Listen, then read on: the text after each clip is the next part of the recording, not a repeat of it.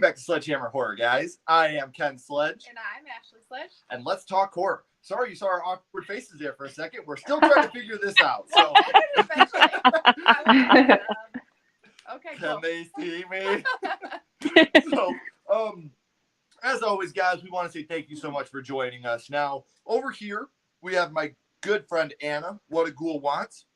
And down here, we got Dee from Not Just Horror. So before we get started on why we're here, I got to say the chat is already popping. Let's do that real quick. We got I Love Movies. What's up, buddy? Lewis is here. John. Hey, John. How you doing? That Horror Couple. Hey, guys. Robin Kaylee, how you doing? Russell, what's going on? Russell. What's up, Boomer? Hey, Boomer. My absolute two favorite horror remakes are The Fog and Prom Night. You may hear a little bit about those. Those are good choices. Oh, there's our girl. Hey, Seth. Hey, Sass. How you doing, sweetheart? And actually, it's her husband, our good friend Jordan's birthday Tell today. him So happy birthday. Jordan. Ooh, happy birthday. Amazing, Yeah. dude. So real quick, something I want to say here, and you guys are going to probably hear me say this 1,000 times tonight. So get used to it. My friend Anna, who is a very good friend of Ashley and ours, we finally got to meet her in person. We finally got to go out. We got to see a movie together and spend some time, and it was so amazing. It was awesome. She's so close to hitting that 1,000 subscriber threshold, which is super important to us on YouTube as a YouTuber.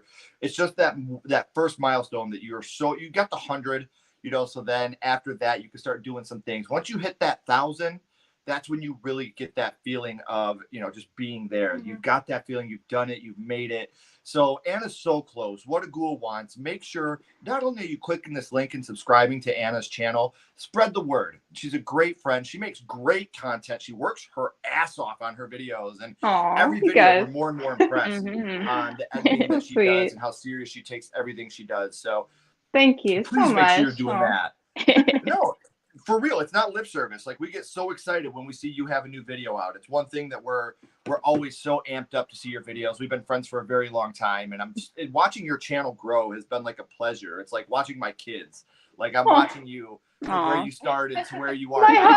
Every video, I'm so proud of how you do. So thank you, guys. Nobody in this community is more deserving of hitting 1,000 than you. So I really hope, guys, please hit this button down here. Please subscribe to Anna. She does quiz videos. It's so fun to watch and play along with what she's doing. So please make sure you're doing that. And not only that, Not Just Horror on Instagram. Make sure you're following her. The cosplay. We have so much. She's very interactive with her community. It's something that I love and I admire. And that's what actually got us together, was the fact that she was so involved in the community and what the community was doing. And she's always so responsive to everybody that sends a chat her way. So make sure you guys are checking that out as well. So real quick, let's catch up with the chat before we get into the reason why we're here.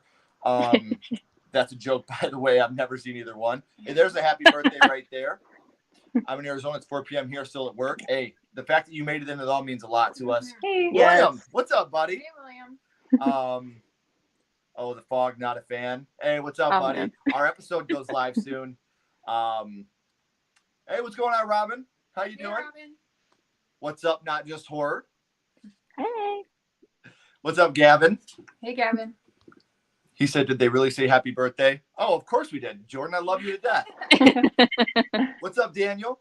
Hey, That Horror Couple. We just subscribed to you, Anna. We are close to 1,000. Oh, thank you. Yes. Woo. So you guys are on there too. So we will be working together soon. I don't want to spill too much beans, but Rob of That Horror Couple will be live with me on Monday to do my first ever non-horror related stream. And I'll talk about that at the end, because tonight's about these ladies. Yes. This is going to be awesome. Brian, I agree. Charles, thanks, buddy. I appreciate that. Friday the 13th, 09 is my favorite remake. Ken, you're awesome, and I hope the girls have a great night. Well, they're with me. Duh. But since we did get a donation, I got to do it. Ooh, baby. Ooh, baby. Ooh, baby. Ooh, baby. I love when you do that. Every time you guys give a donation, you get a little bit of demon in your life. So we love Dee. So do we. What's up, Nathan? You. What a Ghoul Wants is sitting on some great non-horror VHSs she needs to see. Watch. Absolutely amazing channel, Anna. I agree. Oh, thank you. And she's also got some amazing VHSs she may be willing to part with. So there's another please good hit me thing up about it too. So, I'll have to hit the DMs. Hey, Dave. We're gonna be working with Dave soon again. I will talk about that more, but right now it's about these ladies. Just subscribed and followed. Thank you so much. Yay, thank you. I do gotta say, if this is your first time here at Sledgehammer Horror, hit that subscribe button down there too. I missed you guys. Felt like it's been forever since the last stream, and it has been a very long time. We didn't have one last week. We didn't have one last week because we were spending the week with Anna. So not the week, but a day. And it felt amazing. Yeah. It was so cool to finally catch up. Yeah. We love you guys. We're at Jordan's Grandma's eating. Have a good time. Have a good night, guys. Good evening. Hope the Sledges can make it to Crypticon. We're hoping. We're hoping. Now, before we get into the reason why we're here, Anna, I know I talked about it, but can you give a little bit more detail about what a ghoul wants for the people that haven't come across your channel yet? Yeah, so I started it a little under a year ago.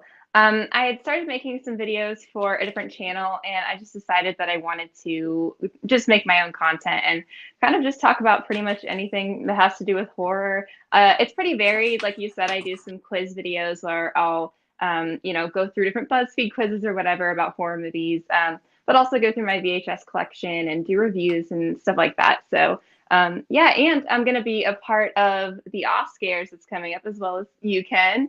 Going to be presenting for that. So for those who don't know, Haunted Hippie, Kylie from Haunted Hippie puts it on, and we just celebrate horror movies because they always get snubbed at the Oscars. So we'll be presenting some categories for that. So I'm very excited for that. Yeah. That's something we're also very, very excited about.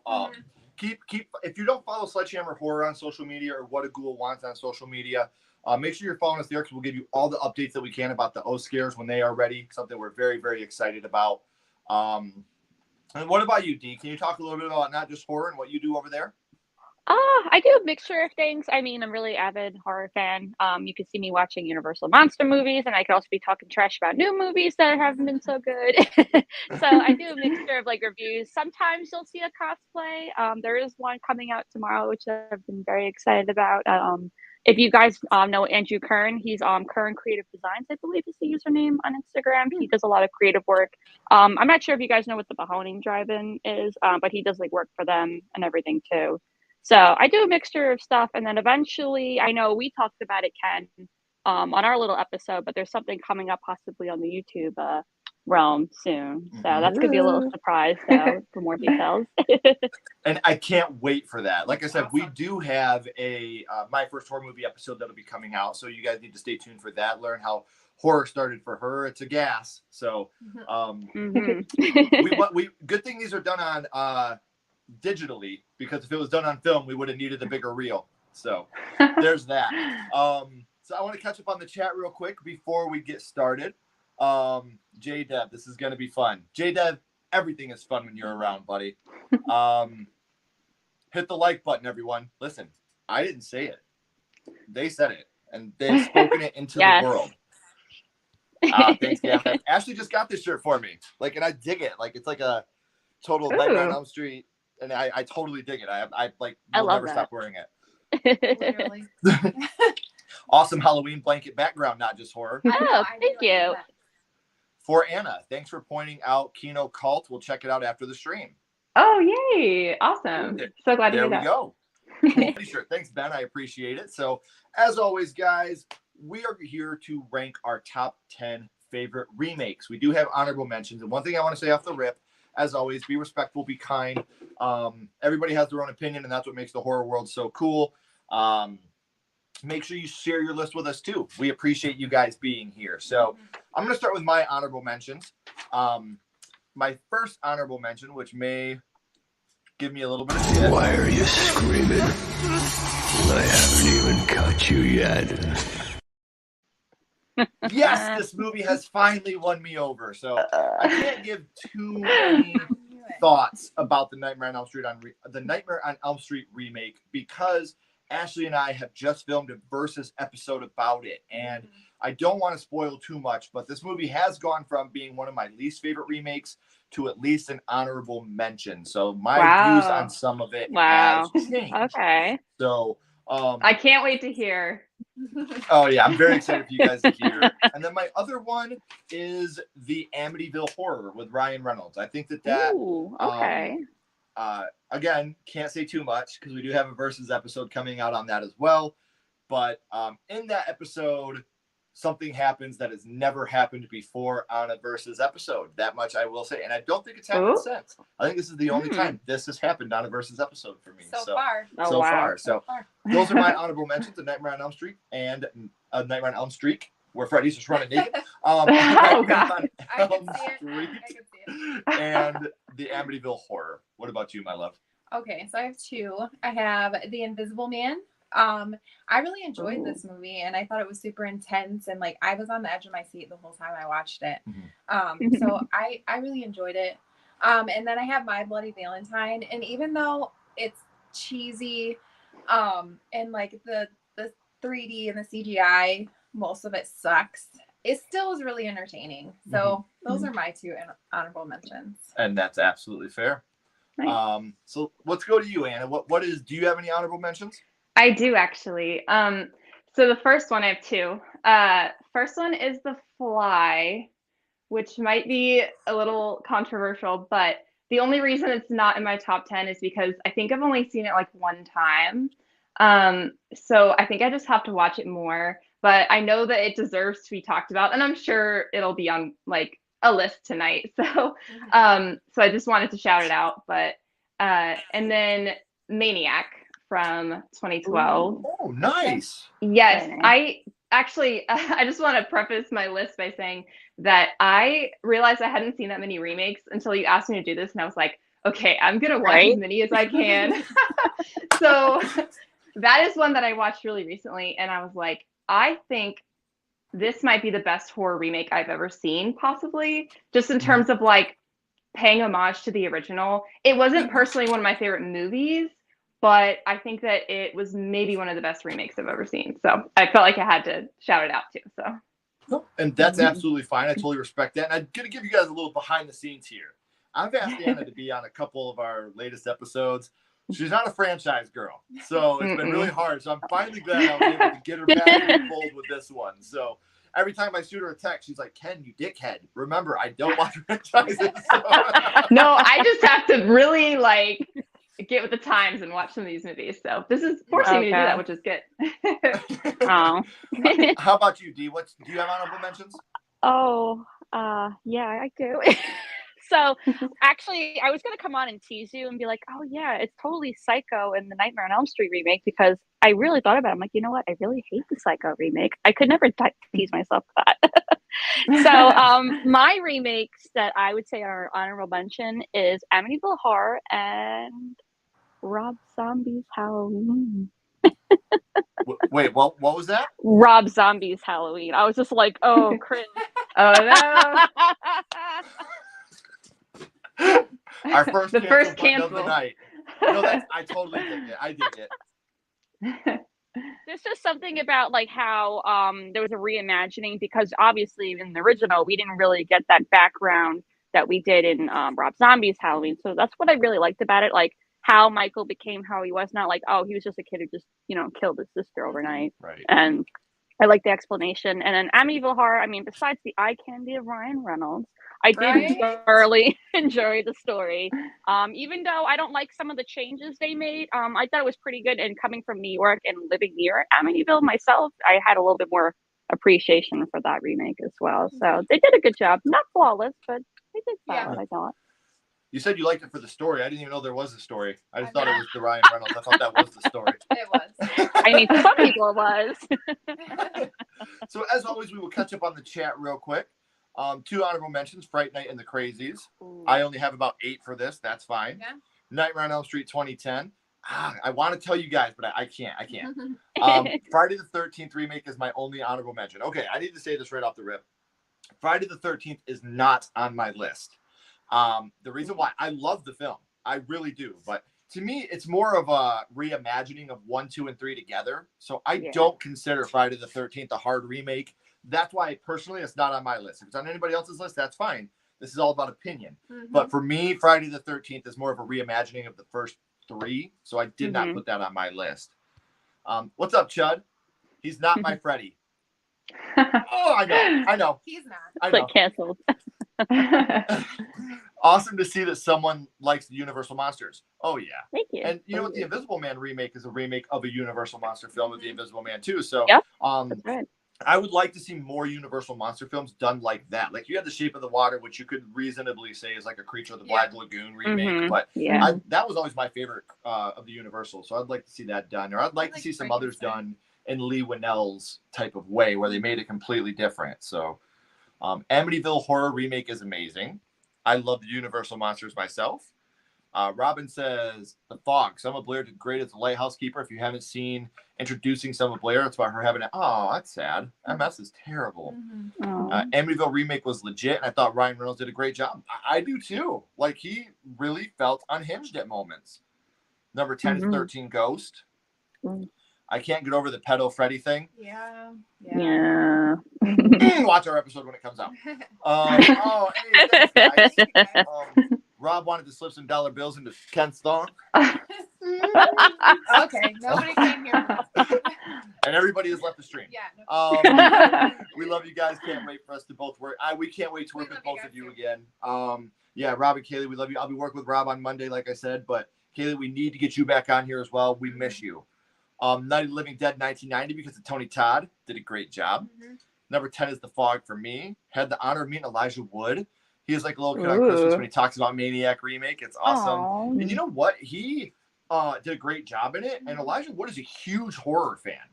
Like, he's openly talked about how he wants to do his own vision of Nightmare on Elm Street. So I'd be very excited to see how that I'd watch that. Yeah. Yeah. I'm going to stay with it. They should get Devin Sawa to play Freddy. I think he would absolutely kill it. Ooh. And he could haunt my nightmares any day. Black Xmas honorable mention. I'm with you. I like Rob Zombie's Halloween. Oh, you do you? That's cute.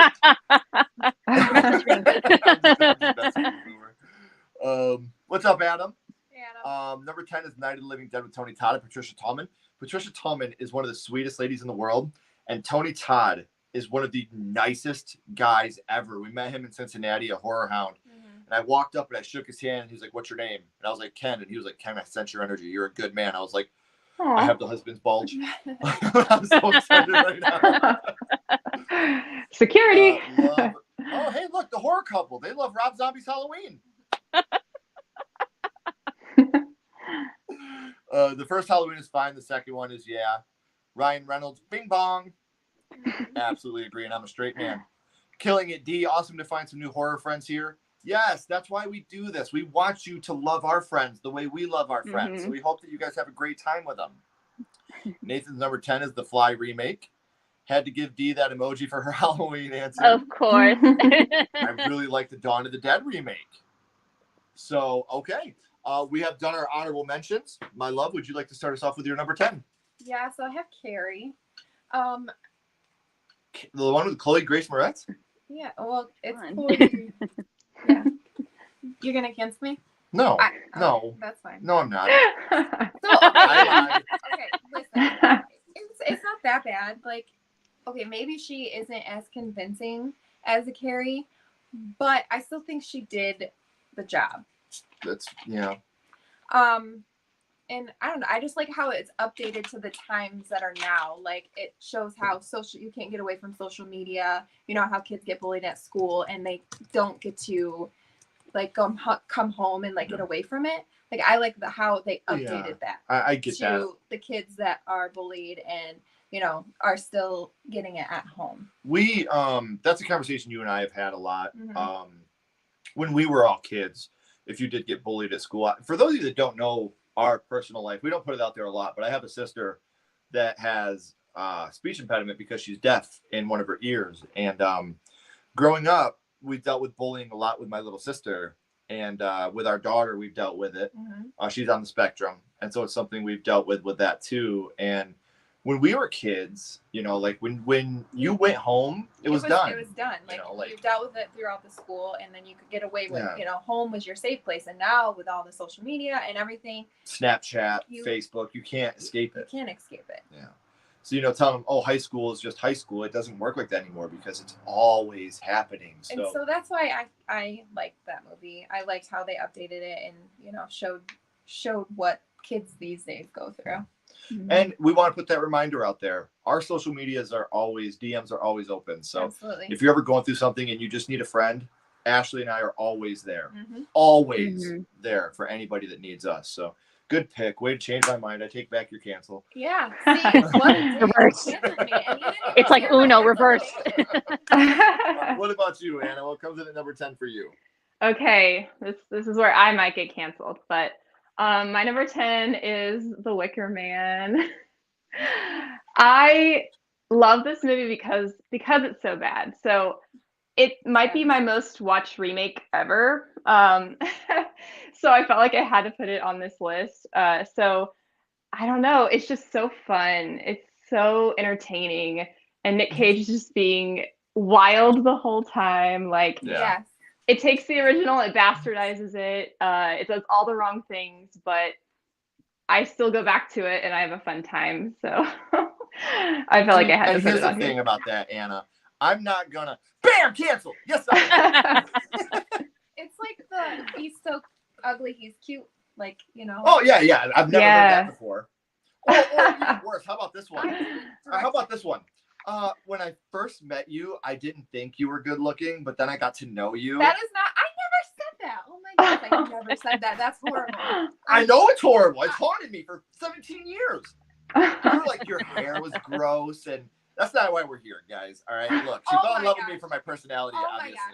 my gosh. You're talking about bullying. I know. How about you, D? What's your number 10?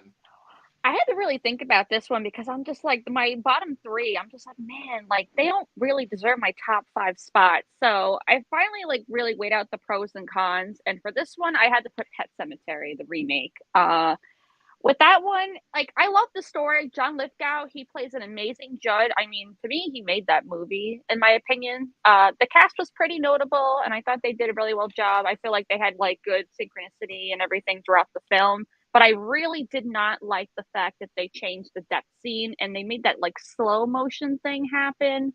It was just like really bizarre to me. And I feel like the cat in this one was much more creepier church than in the original, actually. So that's what I really liked about it too. And then like I like the whole opening to like the ending of like how like you don't know what's gonna happen to the baby in the car, but you assume that, you know, he gets the axe and all. And it's funny because my biggest complaint, everybody's heard me say this because we have a fan film coming out about it, but my biggest complaint with Pet Sematary was the fact that you saw those kids with the masks walking and then they never touched on it. I just hate how Victor wasn't. And Victor, that's another big thing. Yeah, he wasn't really like a vile, you know. Oh, for sure. Yeah. I get it. And Zelda wasn't as scary to me. Yeah. We're like, oh, that's your choice. Let's tear it apart. Roasting. All right, so Good choice. My number 10 is another one that recently has jumped on my list. It was never on my list before, but we sat down, we rewatched it. I absolutely did enjoy it a lot more on this watch, and that is the Texas Chainsaw Massacre from 2003. This is a movie that the first time I watched it, I was not about it because the Texas Chainsaw Massacre has been one of my favorite films for a very long time.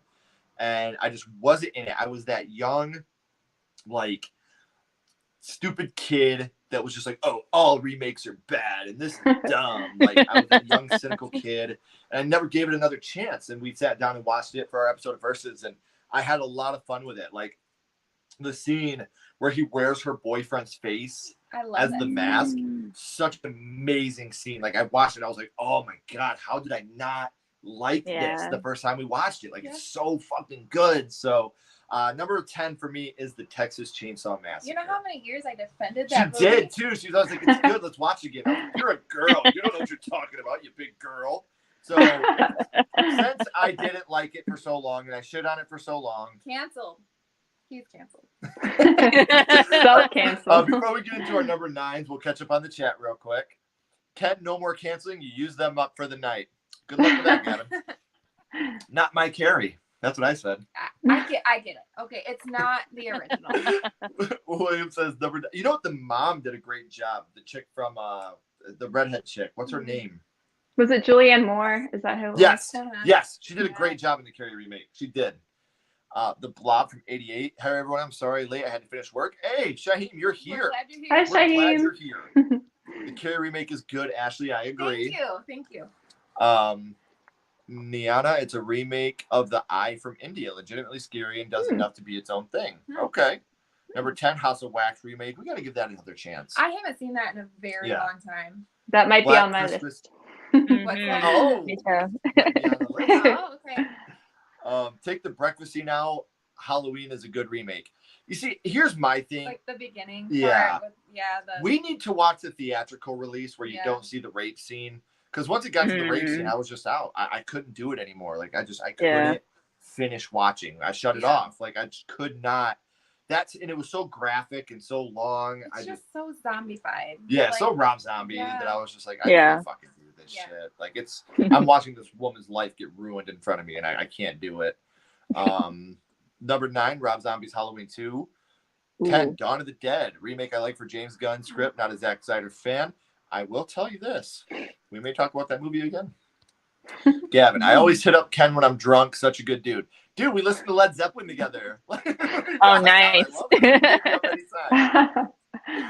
House on Haunted Hill. Hell, I like 2002 Carrie remake better than the 2013 one. I don't think is the 2000. Is that the? No, that's the Rage Carrie 2. I don't know if I've seen the 2002 one. It's like Angela a TV Bennett version does. one. I think that's what it was. Yeah. I'll check it out because I don't think I've ever seen that one. I've heard it's pretty bad, but Fright Night remake would be high up for me. I prefer it to the 84. Wow. I need to rewatch the remake, and I will be doing that soon for obvious reasons. But we will. I'm going to love Anna's list, yet it's so dumb. How did it get burned? Let the hateful. How did it get burned? The bees, not the bees. My number 8 is The Fly. Body Snatchers with Forrest Whitaker. Yes. When I watched the original Wicker Man, I didn't realize it was supposed to be horror. Really? The original didn't get you? I thought the original was terrifying. I love the original. Remakes that aren't out yet that you guys would like to see. Sometimes they come back. Ooh. I would like to see it. Sometimes they come back remake. What about you? That aren't that has not been made yet. No. Oh, that. Well, I mean, it hasn't been made, but I think it's in the works. I would really like to see People Under the Stairs remade. I knew that was coming. Ooh, what about you, Anna? What's a remake that's not out yet that you'd like to see? Well, this is funny because this was the topic of our live the last time I was on. So I'm trying to remember my number 1 for that. Pumpkinhead was on there. I'd like to see Pumpkinhead. That would be awesome. You just recently rewatched Pumpkinhead. I did, and I was just like blown away. Yeah. Oh, wow. The creature effects are so good. Yeah. I love the creature design in that. He's amazing looking. That would be awesome. Yeah. Yeah. What about you, Dee? What's a remake you'd like to see that's not out yet? I mean, like, I'm indifferent to them remaking one of my favorite movies of all time. But I would like to see what they can do with Jaws, but they would have to make the shark practical like they did with the Requiem. Yeah. I would like to see maybe something, maybe like involving kids or like other family members. Not like an exact remake, because I would not really be a fan of that. But that would be open to an extent. She's like, I just got to see a bunch of kids die. As long as the kids die. Make the practical effects, make sure the shark not CGI. We're good. No list in order after Texas Chainsaw Massacre remake, but some I love are Child's Play, Evil Dead, Not Love But Like, Nightmare, Halloween, Dawn of the Dead. We will talk about some of them again. People Under the Stairs is a remake I'd watch. Hopefully Jordan Peele's in the works to produce it. If he does, I'm gonna be so excited. Okay, Ken, you're canceled for having Texas Chainsaw so low on the list. You got me. Hit the button. The House of Wax remake is one I love. It's not high quality, but it's a kick-ass slasher movie. That's all we want sometimes. Candyman remake was good. See, I did not consider that a remake. I considered that like a requel, like a sequel. So that's not on my list either. I just had to throw that out there. Me too. 10, 13 Ghosts. Did I say there's a petting zoo downstairs? No. I just love Matthew Lillard. Me too. We got to tell that story in a second. Yeah. Forgot about Sorority Row. I'm honestly a fan of the Carrie remake. Sometimes they come back to be a great remake. I do totally agree. When a Stranger Calls remake, that's another one we're going to have to watch again. Pumpkinhead as well. Number 8, Dracula. Number 9, The Thing. A Jaws remake could really work. It would have to be perfect. Yeah. 8 would be Suspiria. My number 7 is The Crazies. So before we get into our number 9, I do want to tell this story real quick. We went to Comic-Con. We went to Horror Hound. I will get there eventually. In Cincinnati. And Matthew Lillard's line was like super long. It got capped, and he literally stood up and walked around the line just so he could high five and hug everybody that was there. So everybody got the chance to meet him. Yeah. And I thought that was just like the coolest thing ever. Like he didn't have to do that. He could have just been like, nobody else did. Yeah, nobody else did it. He just literally got up and walked through his whole line, high-fiving and hugging everybody that was in his line. Very nice. Yeah. It made me gain that much more respect for Matthew Lillard as a human being. I've always been a fan of his art. That made me love Matthew Lillard, the human being. You know, whether it was Scream, Scooby-Doo, 13 Ghosts, Salt Lake City Punk, one of my favorite movies of all time. Yeah. Matthew Lillard steals the show in every movie he's in. So for him to also steal the show as a human being was just an amazing, amazing moment for me. It really, really He's a national treasure. He really is. Absolutely. That was so cool. Yeah. So we are now at number 9, and that will be Anna starting us off. Okay. Number 9, I have The Wrong Turn remake. This is one that really surprised me because it went in such an interesting direction. And I know a lot of people kind of complain about it not feeling like a Wrong Turn movie, which I was kind of fine with. I wasn't like in love with the original or anything. Right. Pretty like standard slasher, you know? So the direction they took it with the whole foundation thing, I don't want to like spoil it for people who haven't seen it, but it definitely started out like a standard Wrong Turn movie, and then it just took a wrong turn. So no pun intended. I really liked that. And I thought our final girl was really good too, like really strong character and good kills. So yeah. Okay. I agree. That's honestly my favorite in that franchise. The remake is my favorite in that whole franchise, hands down. Nice. And that movie shows how to do a rape scene because you never see a fucking thing ever. It's implied. You know what happened. You know that woman was forced to have sex with him, but you never see it. Right. Right. What about you, Dee? What's number 9 for you? Number 9 for me is going to be House of Wax. The only gripe I really had with this movie is just besides Paris Hilton's atrocious acting. I hate how like they kind of made it like kind of like campy, even though it wasn't really supposed to be campy because of that like little scene they had. But other than that, like I thought the effects were really cool. I love the cast for the most part. I wish we kind of got more Jared Padalecki, but I know he kind of got the boot in the very beginning. But that was like one of the coolest things to see when they take the face off. Like I'm like still in awe of that. Like, it's like such an iconic moment for me. Yeah.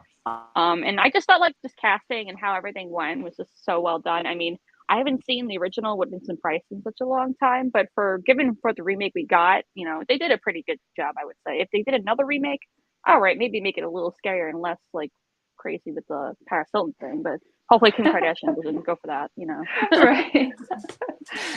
Oh wow, please don't do that.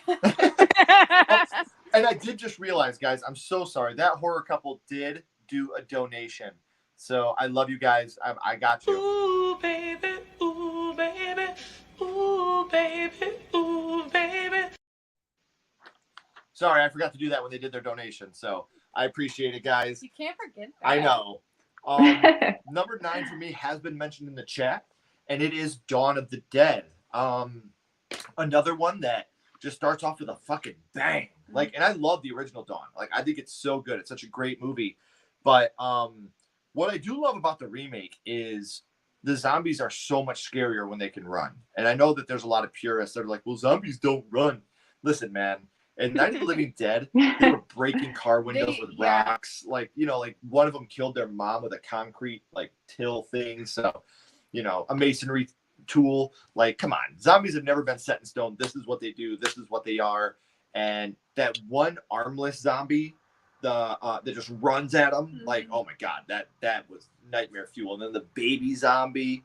Like, that was just terrifying. Like, I'm a big fan of the Dawn of the Dead remake. And I love the original Dawn of the Dead, too. So that's one of the ones where they did it different enough for me to fall in love with it. But they kept the bones enough the same to where I knew what time it was. So that's my number 9. Nice. Mine is actually the Texas Chainsaw Massacre remake. I just think that Leatherface is super scary in this one. Like, he's not pushed around. Like he is actually like really frightening.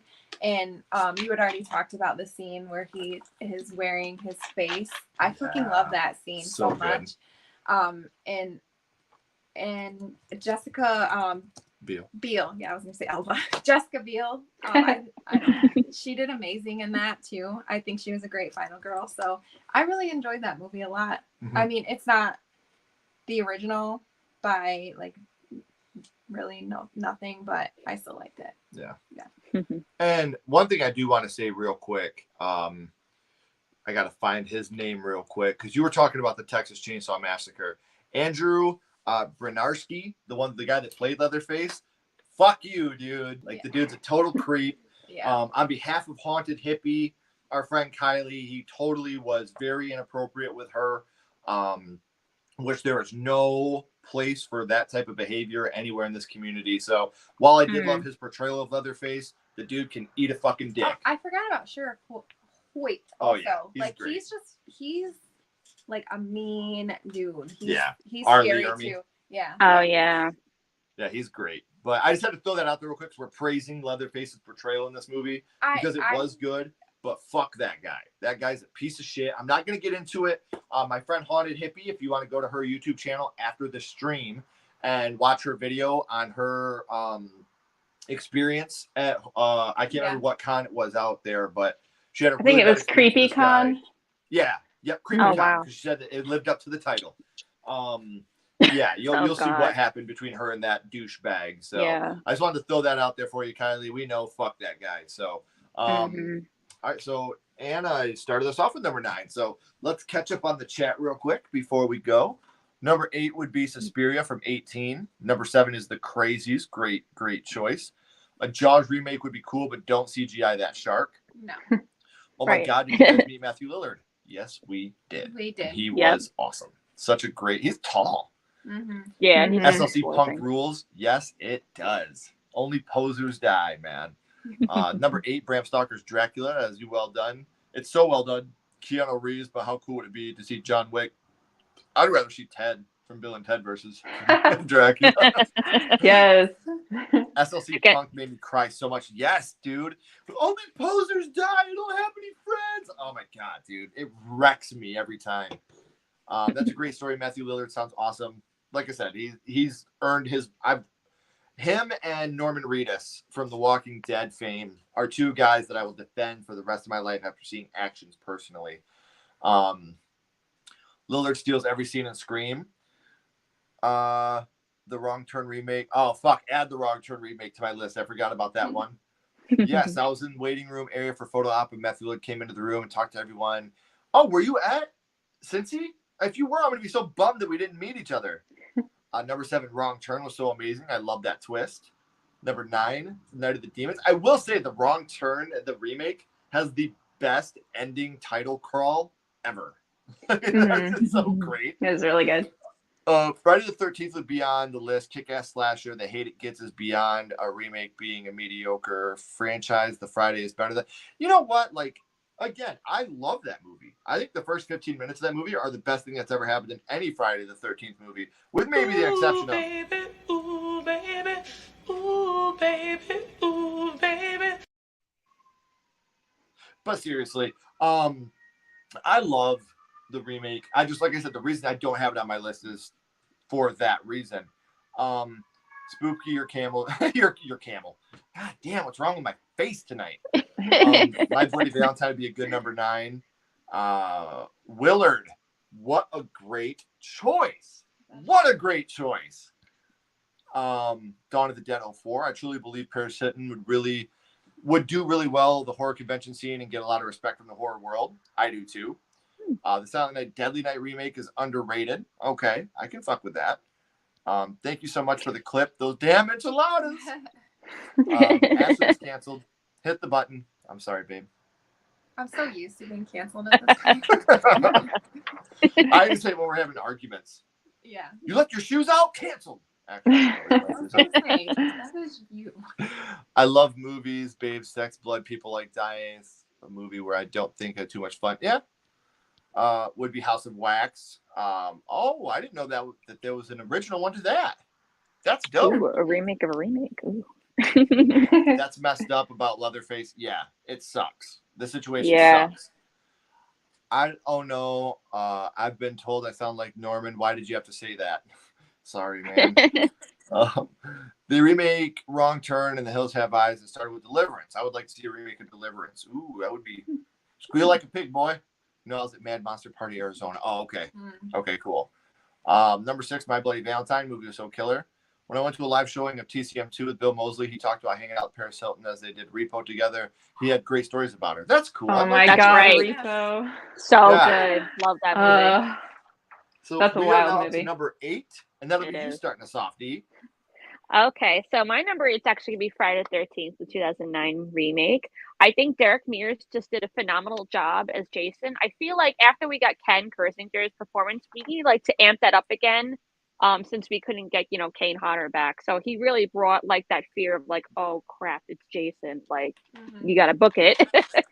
I feel like it really gave like what Friday the 13th was, which was like babes, boobs, mayhem, all of that kind of stuff. I really like the lead in that, Jared Padalecki, of course, mentioned again. He did a really great job at the lead. I think Danielle Panabaker was in that. I actually was like kind of bummed out with that movie. I really wish she made it to the very end, but she was a pretty memorable character, and I was rooting for her at the end. But of course, she didn't get the final girl status. But there That was just blew some my mind. people. Oh, and I love how they like went from the sack head to like how they found the mask and everything. I love that discovery scene too. And then I like how they left it open to possibly a sequel, but of course we all know what's going on with the franchise. So I like how they kept it open though, at least, which is nice though. So it deserves the number 8 spot for sure on my list. Nice. And like you said, with the final girl situation, that totally shocked me. Oh yeah. I did not see that coming. I was like, are you kidding me? You made me like her. Yeah. How dare you? How dare you? How dare you? Right, you bastards. So number 8 for me, already been talked about, and that is The Invisible Man. I think that this was a great remake in the terms of taking the original story and making it your own, modernizing it. The throat cut scene was so good. The paint in the attic was so awesome. Elizabeth Moss was fantastic. Really not much else I can say. I really, really enjoyed the Invisible Man remake, and I hope that we can continue to get Universal Monster remakes in the vein of what Lee Winnell was able to perfectly do. So number 8 for me is The Invisible Man. All right, so number 8 for me is Amityville Horror. I really like how we get more of like the kids. In the original, we didn't get a lot of the kid. Like they didn't really. I don't know what I'm trying to say here. Yeah, the kids were just kind of in the background. Yeah, they were. They were more in the background. And the scene where he's like down in the basement and he's watching the videos and the oldest boy's face like turns into a demon scares the shit out of me. And it's really intense, like her walking on the roof. And that's him, Chloe Moretz too. Yeah, him having to catch her, like I really like it, and Ryan Reynolds is in it. So, and he does such a good job from being like charismatic to like angry and like. He also has a bathtub scene in it. He does have a bathtub scene in it. To be a fly on the wall for that scene. Yeah, so I really enjoyed that movie. Yeah, we both enjoyed that one a lot. It's a very, very good film. What about you, Anna? My number 8, I've got Slumber Party Massacre. The new one. Yeah. So good. Yeah, this is one that, like I said earlier, I was craving to watch, and I was like, I don't know why I haven't seen this one yet. And I know that some people were a little split on the humor, and all of that really worked for me. I thought that like the satire and just the commentary on, gender roles and all of that. And it had so many just little homages to the original, which were really nice touches. But it had really good gore too, which I was a little surprised by. Just it being a sci-fi movie, sometimes you think, maybe the gore's not going to look great. But I thought that was good. The acting was really good. Yeah. It's just really fun, and it didn't waste any time. It just it starts going, and I think it's pretty short. I don't remember the runtime, but yeah, just like go. So I loved it. I'm now kicking myself on the ass because that was one of my favorite movies last year, and I didn't put that on my list. It just completely slipped my mind. I didn't even think of that movie either. But like you said, the dialogue, like sometimes it's clunky and a little too clunky for my taste. But there was a lot of jokes in this movie that made me like really genuinely laugh out loud. Like the fact they have two characters named Guy Number 1 and Guy Number 2. Yeah. Yes. It's so funny. It's so great. I love when the one girl's talking and she's like, "Did you catch this in that lake?" And she's like, "That's a shark." I know. I know, yeah. Like, totally, yeah. Her hose blows and the guy's like, "We can have you a new one tomorrow." Then the girl shows her boobs and she's like, "How about now?" And he's like, "Don't know how it's gonna speed it up." Right. Still gonna be tomorrow. Yeah, I totally. Damn it. That movie would so be on my list. Oh, you yeah. guys haven't seen the Slumber Party Massacre remake? Good call, Anna. Yeah. That's a Thank you. fantastic movie. It's really fun. Yeah. We had a lot of fun with that movie. Sci-fi, when they really put their heart and soul into a horror movie, like not only the Slumber Party Massacre remake, but like the Leprechaun Returns is one of my favorite in that whole franchise. Like, and that was a sci-fi original. Oh, I didn't know that. Huh. Yeah. Me either. So sci-fi originals, they can do a very good job. They just have to put their heart and soul into it. So before we get into number 7, guys, we will catch up with the chat. I'm so pissed I don't have that on my list now. I saw it scratched. Rob here, everyone hates the Psycho remake, but I thought Vince Vaughn did a great job. For me, like, I think Anthony Perkins is where it's at. But I do agree because, like, the Psycho remake is the exact same thing as the original, just in color and with different actors. But I could take it or leave it, But I do think Vince Vaughn did a great job. He did as good of a job as he could have for, trying to live up to Anthony Perkins. It's funny because for me, like, the first 2 movies I ever saw Vince Vaughn in were Psycho and Domestic Disturbance with John Travolta, where he's the evil stepdad that kills people. So, like, when I started seeing Vince Vaughn do comedies, I was like, what the fuck? Like, this guy's evil. Why are That's so funny. So it was the opposite for me. Like, when I first saw him do comedies, I was like, this isn't right. Dodgeball was for me. Oh, yeah. Mine was Dodgeball, too, yeah. So if you watch Dodgeball and then Psycho, you're going to have a little bit different feelings if you watch Psycho then Dodgeball. So that's I very get it. true. Like, I totally get it. Let Me In by Matt Reeves. Never seen Let the Right One In, but kick-ass vampire movie. And I believe that had Chloe Grace Moretz in it, if I'm not mistaken. She's great. Not my Carrie. He went to a club opening with her and said he couldn't believe Paris was making 6 figures for just waving at a table. I believe it. Oh my god. Number 8, the Child's Play remake. Number 8, Child's Play. Mark Hamill, one of the best voice actors today. Number 8, My Bloody Valentine 3D. Chloe Grace Moretz, Carrie, Team Ashley. Let's go. Dawn of the Dead. I think my second favorite horror remake is also Friday Reimagining remake. Very good choice. Yeah. I love the Invisible Man remake. I love how F-13 remake turned Jason into a pot farmer. It really did. He did. Number 8 would be The Crazies. One Missed Call. I should put Amityville on my list. Oh, yeah. You are dickhead. Invisible Man, but it is a good movie. Not seen since 2020. Friday the 13th, 2009. I love the Jason adaptation of the series. I love that Jason is the killer this time instead of Pamela Voorhees. I'm going to say it again.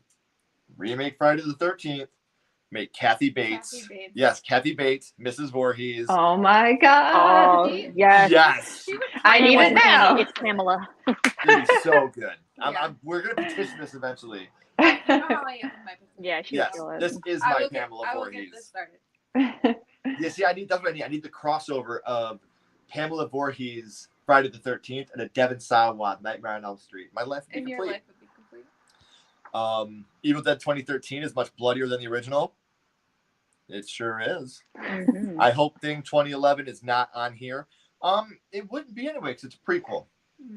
So yeah, that's why I put that on my list, and because the CGI was dog shit. The Friday the 13th remake is The Tits. They made Jason a survivalist, which is exactly what he would be doing. Yeah, absolutely. He was so much scary. I do want to say real quick, if you haven't, subscribe to What a Ghoul Wants on YouTube. We're getting her so close to that 1,000 mark. Don't just subscribe. Put it out there. Let everybody know it's time. They're missing out. And not just horror on Instagram. Make sure you're following her. My beautiful friends here are they're not just eye candy, guys. They're very intelligent. They work very hard on what they do, and we're very proud to call them friends. That's why I wear glasses. These women in the horror Smarter. community, a lot of times, they get judged by their looks, but that's not all they are. So make sure you're following them. Nightmare Remake either. Does Little Shop of Horrors count? Yes. Yes. Yeah, it totally does. definitely would. Definitely. Yep. Number 5, Halloween. Sorry, cancel. See, I would have to see the theatrical version. I might like it more. I didn't finish the Slumber Party Massacre. Guess I should. I love it. Love it. Vince Vaughn in Dodgeball is great. So good. Hey, everybody, Dawn of the Dead still works for me. Thank you for the donation, my friend. It really means a lot. And you know who else appreciates it? Ooh, baby, ooh, baby, ooh, baby, ooh, baby. We appreciate it so much, man. Steve is another guy that we met at Horror Hound. It was nice to finally meet you, man. It was really nice to be there and see you in person. Yes, follow. Domestic Disturbance. Yes, it's so good. So good. We're glad to have you back, buddy. I think watching Vincent and Psycho to Freaky is a better shift. Dude, Freaky was great. I love Freaky. So good. Fun. Yeah. Mm-hmm. Give the House of Wax remake another chance. Great practical effects in that movie, and I love the small town feel. I'm definitely down to watch it again. I think I liked it the first time I think you did too. it. And I think I didn't because I was still in that cynical remakes suck, and I was such a big fan of the Vincent Price one that I just didn't give it a chance. So and it's got Chad Michael Murray. It does have Chad Michael Murray in it. That It guy, does. he could One Tree Hill me any day, if you know what I'm saying.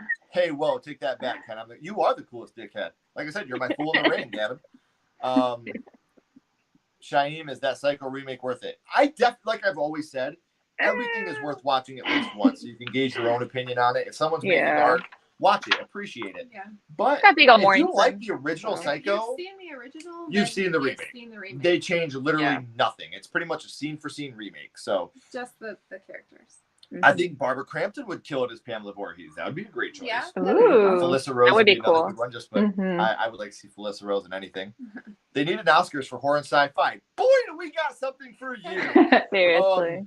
The O Scares will be coming up soon. Our friend Haunted Hippie, Kylie, she puts it on every year. Anna and I are both presenters with Ashley. Me and Ashley. When I say me, I mean Sledgehammer Horror. We and Anna are presenters on that, as well as some other of our really good friends in the horror community. So as soon as we have any more updates on the O Scares, we will let you know. It is a horror exclusive Oscars with no bitch slapping. That we know of. Yeah. Maybe. Oh my God, Bates as Pamela, that's an instant success. Yeah. Agreed. Oh my God, the CGI and the Thing prequel made me want to die. Ashley, did you see the alternate ending of the Evil Dead remake yet? They just released it. Fede Alvarez released an alternate. Oh ending. yeah, it just happened. I've seen it. I have it. Robin. Oh yeah, Robin sent it to me today. I'll show it to you. Thanks. You didn't show it. When have we had time? Oh yeah, we have time. Yes, I love Return of the Living Dead. Ken finally got a Wolf-related shirt. Wolfman. Very nice. I got my American Werewolf in London shirt. I like The Hills Have Eyes 06 more than the original. Freaky was awesome. Yeah. The Town That Dreaded Sundown. Nathan coming out of left field here. Somebody. Evil Dead remake is right up there as one of the best. What a shame we didn't get a sequel. Well, we got Evil Dead Rise coming out. I know it's in a different timeline, but I will take it. So now we are up to number 7, and that is me starting off. And this one has been mentioned in the chat, but for the love of God, it's so good. And it is my boy, George McFly, Willard. Crispin Glover as Willard. Oh, that movie. Oh, she hates it, but I love it so much. It's so cringe. Like, it just makes me great. cringe. Like, Crispin Glover is the perfect actor to play Willard. Oh yeah. Like, he's just that awkward. Like, how can you make me leave my home? This is all I have. Like, and he's so awkward and goofy, and it's so scary and disgusting. And they really, and funny enough, if you buy the soundtrack, I don't know anybody that ever did. They have an original version of Crispin Glover doing a cover of Ben by Michael Jackson, and it's all slow and weird. Like, it really is, and we That is listen to that a lot. well, for those of you that don't know, Even Crispin, our kids are into it. yeah, Crispin Glover released like a hip hop album. What? It is the weirdest.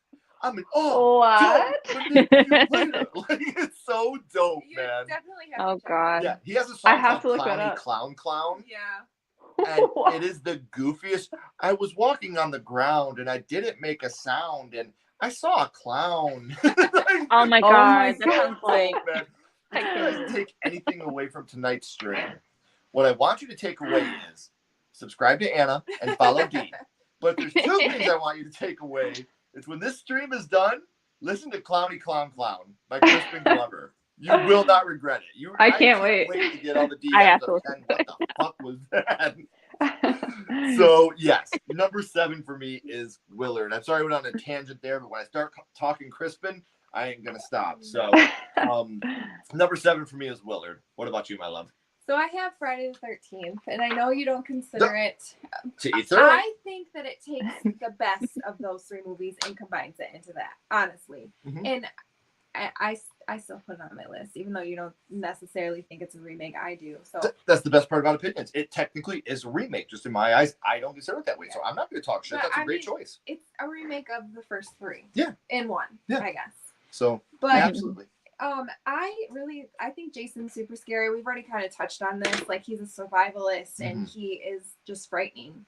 And the sleeping bag over the fire kill is so brutal, and I freaking love that. I love it. So good.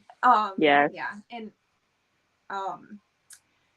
I guess just like the effects and stuff, they're really awesome too. So I like the remake. It's a good film. Yeah. All right, Anna, what's number 7 for you? Number 7 is one that's also been mentioned in the chat, and that is The Crazies. And this is another one that I just watched. And I actually just watched the original and the remake back to back, because I was like, I really want to have context for this one because it seems like, I don't know, I just need to see the original, it's a George Romero film. So it just really took all the stuff that made the first one good, and it kind of took out some of the stuff like there's a lot of military protocol stuff happening in the first one that I just found kind of boring. So they kind of take that away and they ratchet up the tension. It's just also very reminiscent of COVID. Like, there's this virus that's infecting people and you don't know who has it. There's this scene where I think it's Danielle Panabaker actually is in a car with some other characters, and she starts coughing, and everybody looks at her like, "Oh God, does she have it?" It's like, what did you do? That is so like what we're feeling right now. So, but it's just overall, it's just a really good movie, just a good time. So yeah. Timothy Oliphant was so great in that movie too. He did great, yeah. And I don't remember the lead, his wife, but she did great too. Radha Mitchell. Oh, thank you. Yeah, I was gonna say, I looked up her name and I was like, I'm sure I'd say it wrong anyway, but but yeah, they really made you care about them, and so by the end of the movie, you're just like, oh my gosh, they've gone through the ringer. Yeah. Good choice. Yeah. We may talk about that again here in the future. Ooh. And I did say this at the beginning. For new viewers that are new here to Sledgehammer Horror that our amazing friends have brought over, we don't know each other's lists. Even Ashley and I. I don't know Anna's. I don't know Dee's. I don't know Ashley's.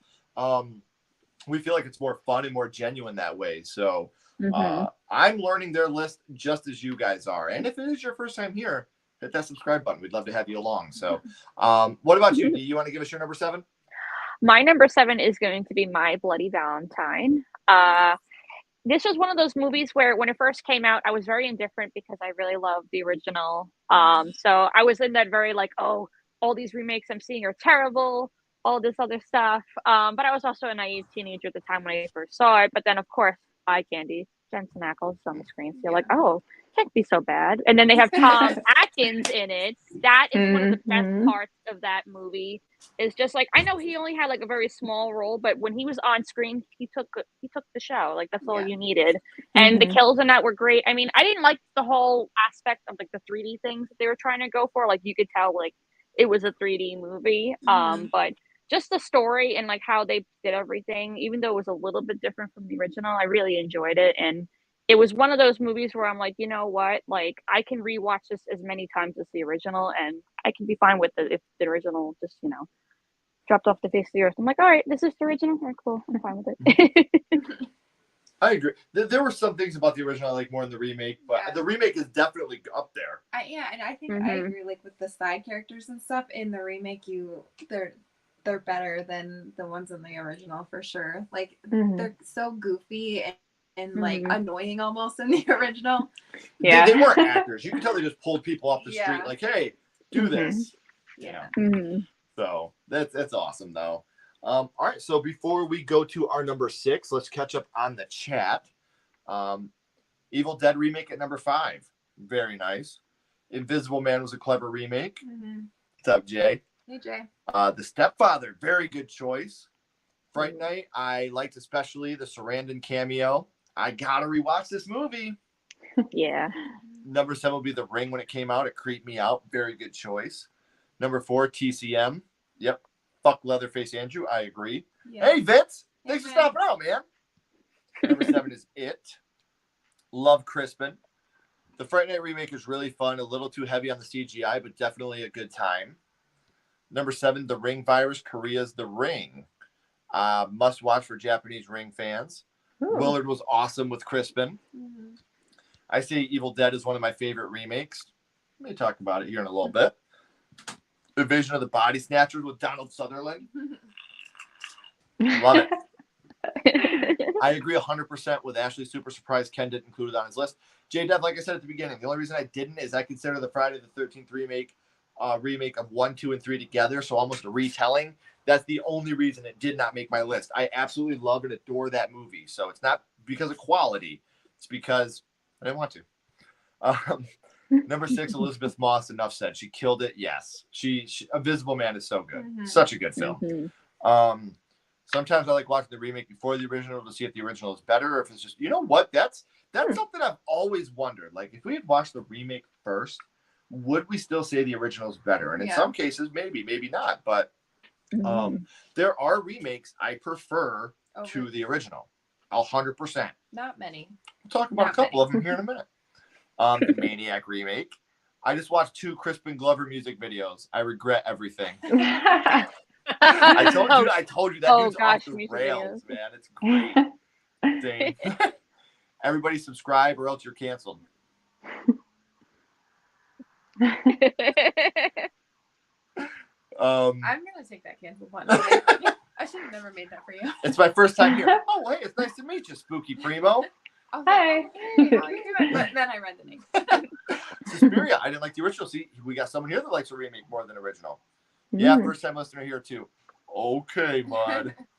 Wink. It 2017, The Fly hands down is the best. Very good choice. It 2017, Little Shop of Horrors. The Ballad of Harry Warden, one of my favorite songs from a horror movie. Number 3, The Hills Have Eyes. I know you said at the beginning, but okay. I wasn't sure if you were here for that part, J-Deb. That's the only reason I said it. So now we are up to number 6, and that will be you. Me. Okay. So number 6 for me is The Crazies.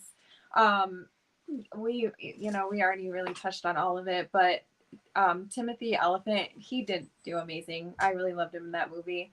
And I feel like it almost made it real feeling, like you had talked about, Anna. Like this, maybe not like zombies so much or whatever they're like zombies, I guess.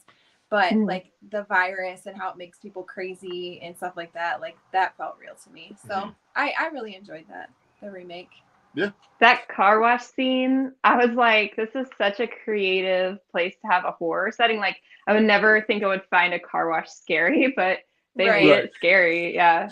Yeah. For me, that opening baseball scene. Oh, yeah. Oh, my God. Love it. Yeah, where he's walking up to him. Just saying, tomorrow's opening day for Detroit. We will be there. So freezing our asses off more than likely. So excited. No place I'd rather be except for right here, right now with you ladies.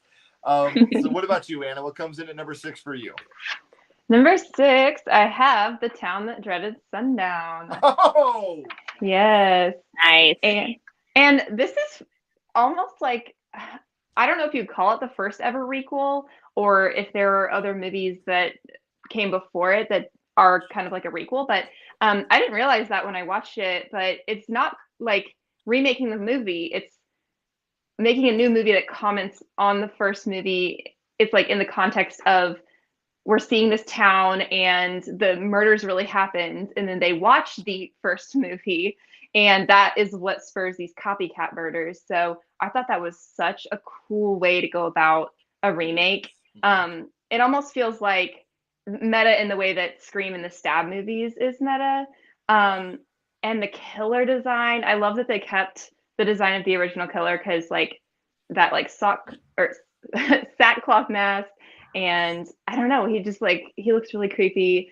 But I loved our final girl. She was really likable. I just feel like this one doesn't get talked about as much, but I really enjoyed it. And I do love how you can really see, and you can really make the argument that this did set the table for Scream and Wes Craven's New Nightmare. You know, like this is kind of where you could say meta got its start. So very, very good choice, Anna. I love it to death. What about you, Dee? What comes in at number 6 for you? Number 6 for me is Dawn of the Dead. So I had to pick at least like one movie where it had a tribute to Romero in its essence. First of all, Zack Snyder helms the film. He did a great job. This is one of those films where I was still at a young age when I discovered it. So when I first watched it, I was actually genuinely terrified. And this is pre-Walking Dead, of course. So when you see this giant horde of zombies, you're like, oh my God, what would you do in that situation? And I actually saw the remake before I saw the original. So for the longest time, I was like, oh, this is great. But once I saw the original, I was like, you know what? A part of me is probably indifferent, and I still kind of prefer the remake more because of it. But, you know, like once you see Ken Foree and everything, you're like, oh, come on. You got him, you got Flyboy, you have everything. Just the cast was really memorable too. And it's actually kind of funny to see the Modern Family guy, Ty Burrell, in this movie as well, because, you know, like you would never expect him to be like in a horror movie. So I like how like you see all these like actors who like are known for other stuff and like stuff from their past, and just like, oh wow, it's like with Jennifer Aniston, Leprechaun and stuff. Like you see these actors in like horror films, you're like, I would have never expected them to have their start in horror. So I guess it really is true if you can see a guy like Ty Burrell from Modern Family to go on this. And they did it. I honestly think they did it pretty well. I mean, the mall scene, when they were doing like the sniping with the horde and everything, I always thought that was kind of cool. And then I was so heartbroken at the end when the guy was bit and they had to leave him behind. Like I'm still like caught up about that. I'm just like, damn, I wonder what happened to them after the fact. And it's a fantastic movie from beginning to end. Yeah. See, and for my number 6, we are going to stay of the dead, and we're going to go with Night of the Living Dead. Patricia Tallman, Tony Todd. Again, a lot of this is pretty scene by scene, but what they did in this movie to make it different, I love and hate. I love that they made Patricia Tallman's Barbara a badass. She is not, you know, the 1967 Night of the Living Dead. Barbara was, or 1968 Night of the Living Dead. Barbara was not a strong woman. She was not a strong final girl. Patricia Tallman was like, bitch, I'm scared of you. Now, what I didn't like was the fact of Tony Todd's zombification. I did not like that. But overall, this is a great movie. It's a great, you know, it's Tom Savini paying homage to George Romero with George Romero's blessing.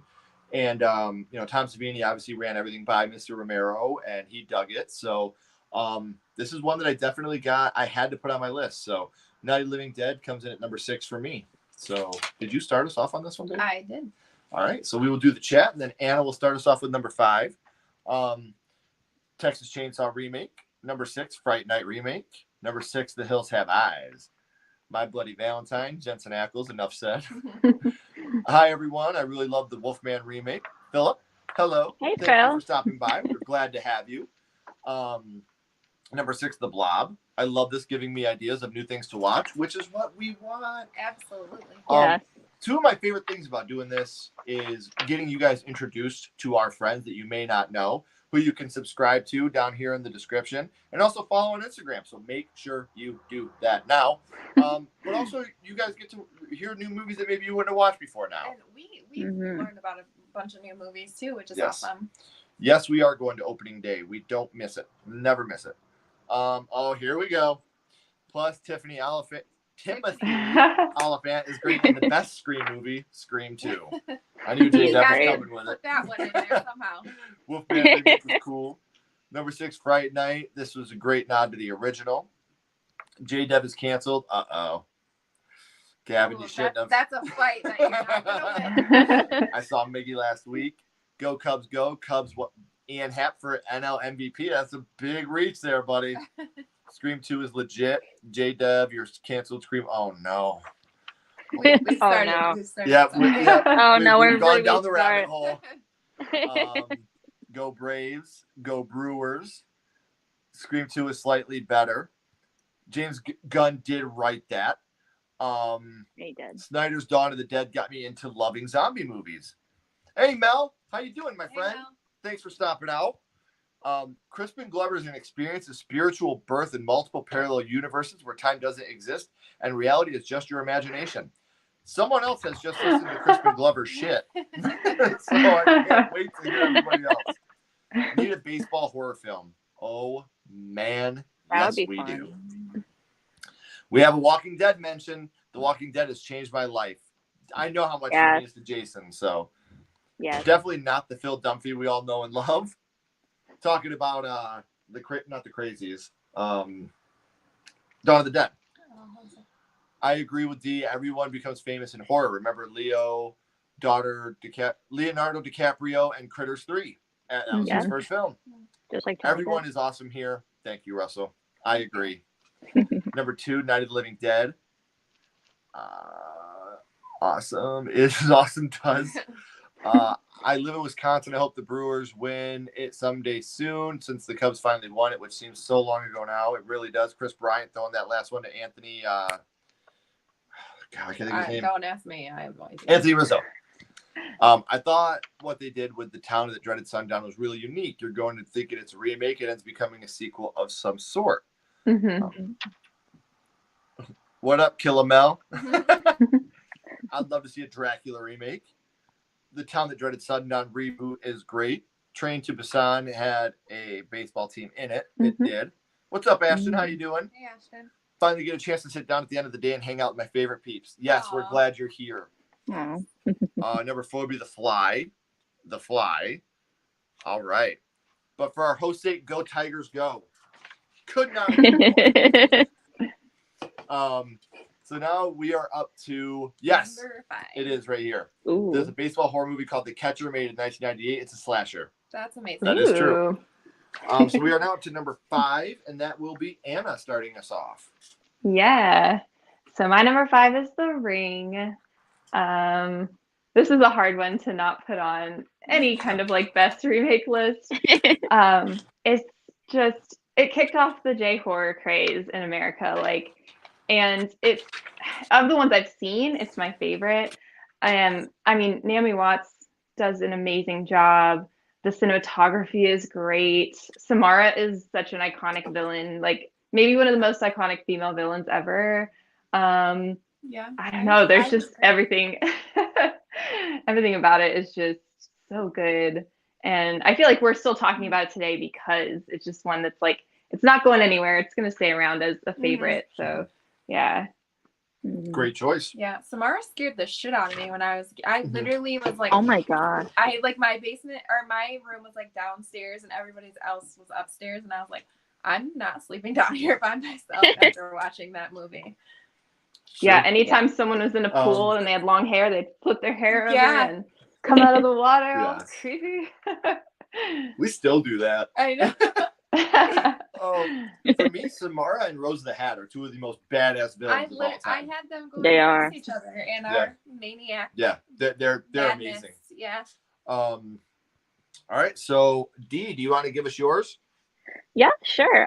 My number 5 is the Texas Chainsaw remake. I didn't want to make it higher than 4 because my other 4 are very close and near dear to my heart. There's some remakes that I really love, so I had to give this one number 5.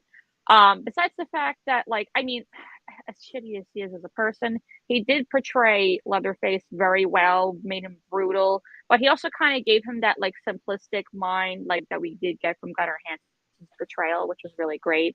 I thought the group of people was very good.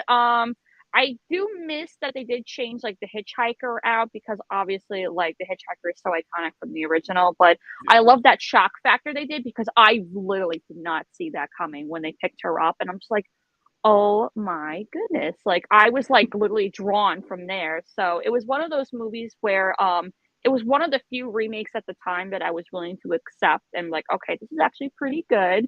The cast was very well done. Jessica Biel was one of my favorite final girls from the early 2000s era because of that movie. So I love that they ended up doing like a prequel, and then the only bad thing is they didn't do a sequel from that with Jessica Biel bringing her back. But it was kind of hard to do that at the time. So I wish they did that instead of doing the most recent remake. But yet again, they did a really well job at this movie, and the score was pretty phenomenal too. And I will say, there's nothing scarier than a kuka gun. When she pulls that gun out of her kuka, I was like, oh my god! I was like, could you I was really like, walk I didn't like have to that? walk. Not everybody calls it kuka. Oh well, yeah. I call it a kuka gun. We have I was like, ooh, is that That's a what special we call kind her. of gun? I know. I was like, wait a minute. I'm like, oh. It's listen, okay. I got 2 little girls, and I don't. That's the only thing I'm comfortable calling it with my little girls. Well, I mean, Chloe came up with it, and we just kind of went. Yeah, with they it. just went with it. Yeah. Kuka. That's fine. Um, It's better than the 2-year-old saying vagina, I guess. yeah. So if you ever need a name for your punk rock band, Kuka Gun sounds pretty good. It does, yeah. Or at least a What's up, guys? song. We're Kuka Gun. You can do covers of Crispin Glover songs. And Sex Bomb could open up for them if you're a Scott Pilgrim fan. Tying this shit back together. Before I read my number 5, I do want to say that my number 5, 4, and 3 could be interchangeable at any moment. I love all these about the same. I knew my number 1 and number 2 right off the rip, but these 3 were the hardest for me to put in a place. So for tonight, coming in at number 5, John Carpenter's The Thing. I think this has some of the best practical effects of all time. I think the score is extremely underrated. Kurt Russell is great. Mm-hmm. The blood test scene is one of the most suspenseful scenes of all time.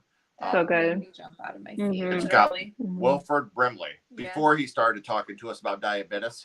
And like I said, it's one of those movies that if you ever come to me and say, John Carpenter's The Thing is my favorite horror movie, okay, I get it. I totally understand why you say that. So yeah. Coming in for me at number 5 tonight, could easily be number 3 tomorrow, but tonight it's at number 5, and it's John Carpenter's The Thing. Nice. Okay. Good job. Good job, babe. Number 5 for me is Fright Night.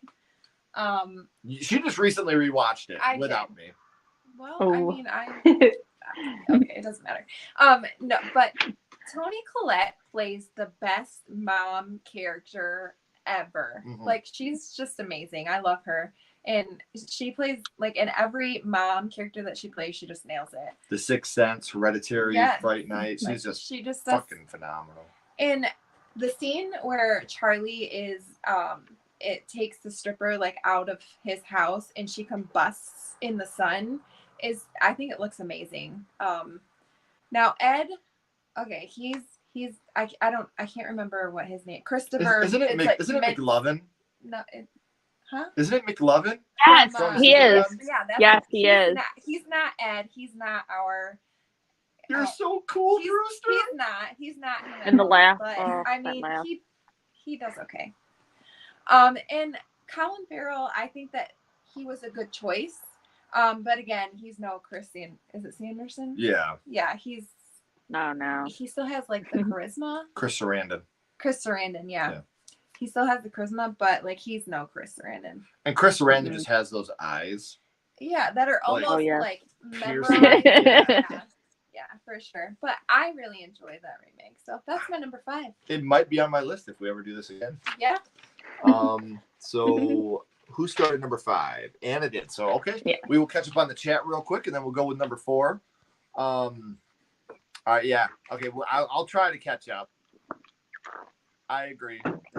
Number 5, Texas Chainsaw Remake, giving Scream 3 some love. The Death of Cotton Weary. I've already said this 1,000 times, and I'll say it 1,000 more. Scream is the best horror movie franchise there is. It's not my favorite, but when it comes to consistent, great movies, it's the best. The consistency as well. And if the worst movie in your franchise is Scream 3, you're awesome. Yeah, You've done something right. yeah, for sure. So yeah, I'm in. 5, A Nightmare on Elm Street remake, Invasion of the Body Snatchers. The Fan, that is such a good movie. It's like a thrill, like where he's overly obsessed. Ooh. I don't So think good. I've ever seen it. So good. I don't think I've seen Yeah, it it either. counts. Hell yeah, it counts. Huh. Like overly obsessed with baseball? No, with the player. Oh, I was gonna say you could be. The Fan? Yeah, The Fan for sure. Number two, 2017, It, So Legit, followed the book, and I'm a sucker for Stephen King. Mhm.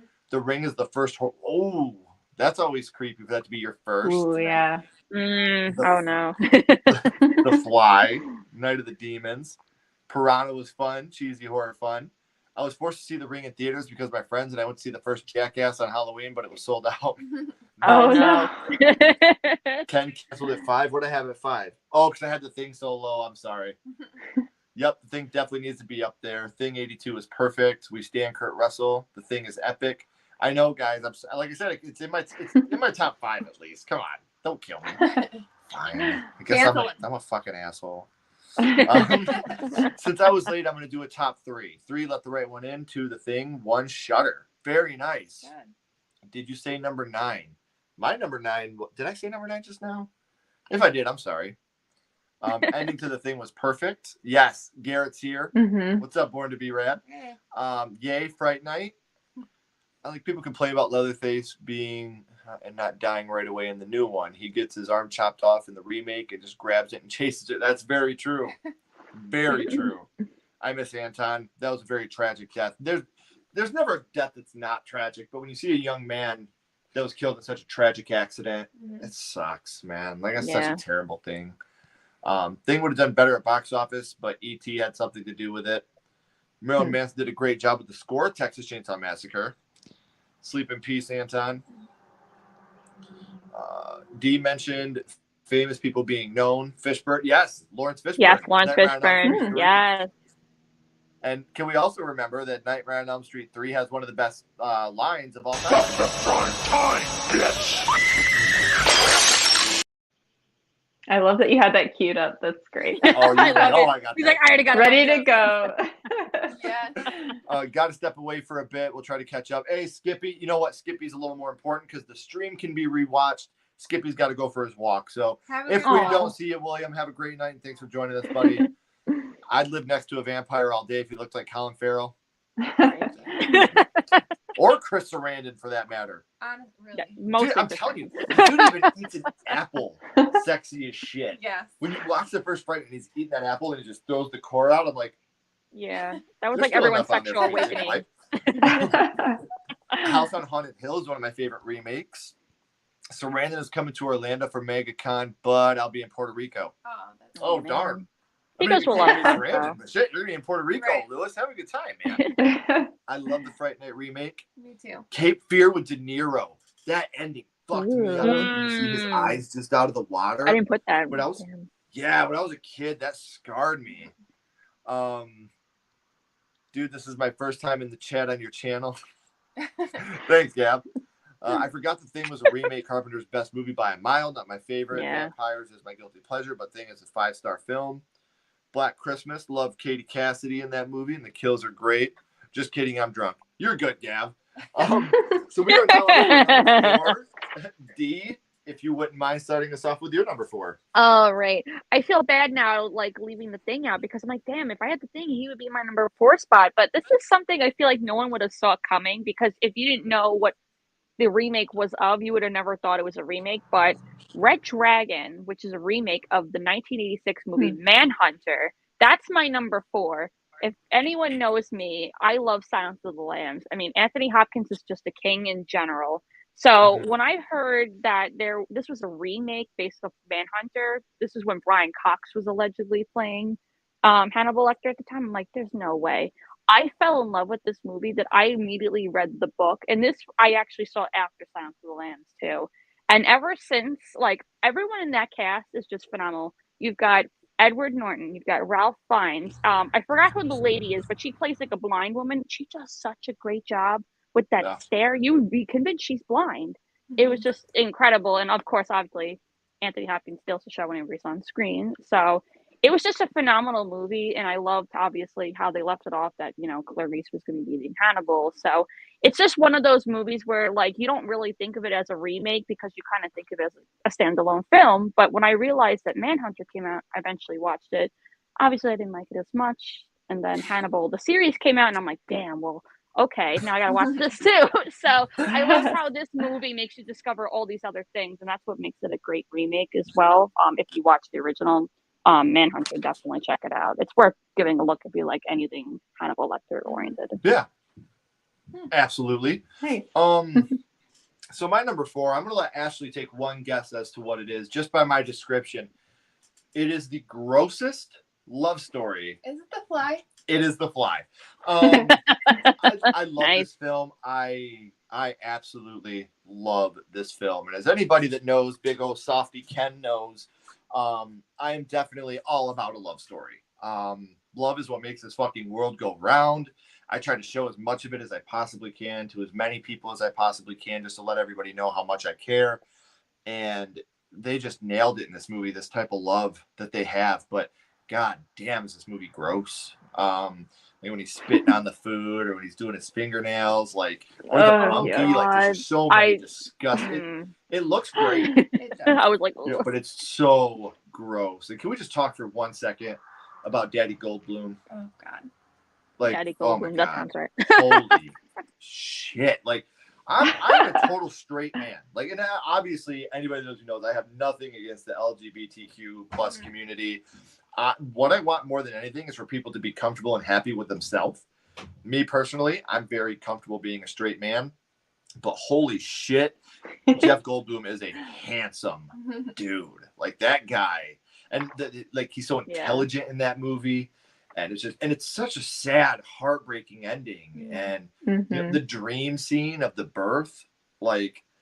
Oh, Yeah. So God, weird. I love this movie so much. I might watch it tonight when we're done with this. I'll watch it with you. Let's do it. Okay. So number 4 for me, and like I said, could be number 3, could be number 5, but for tonight it's number 4, and it's The Fly.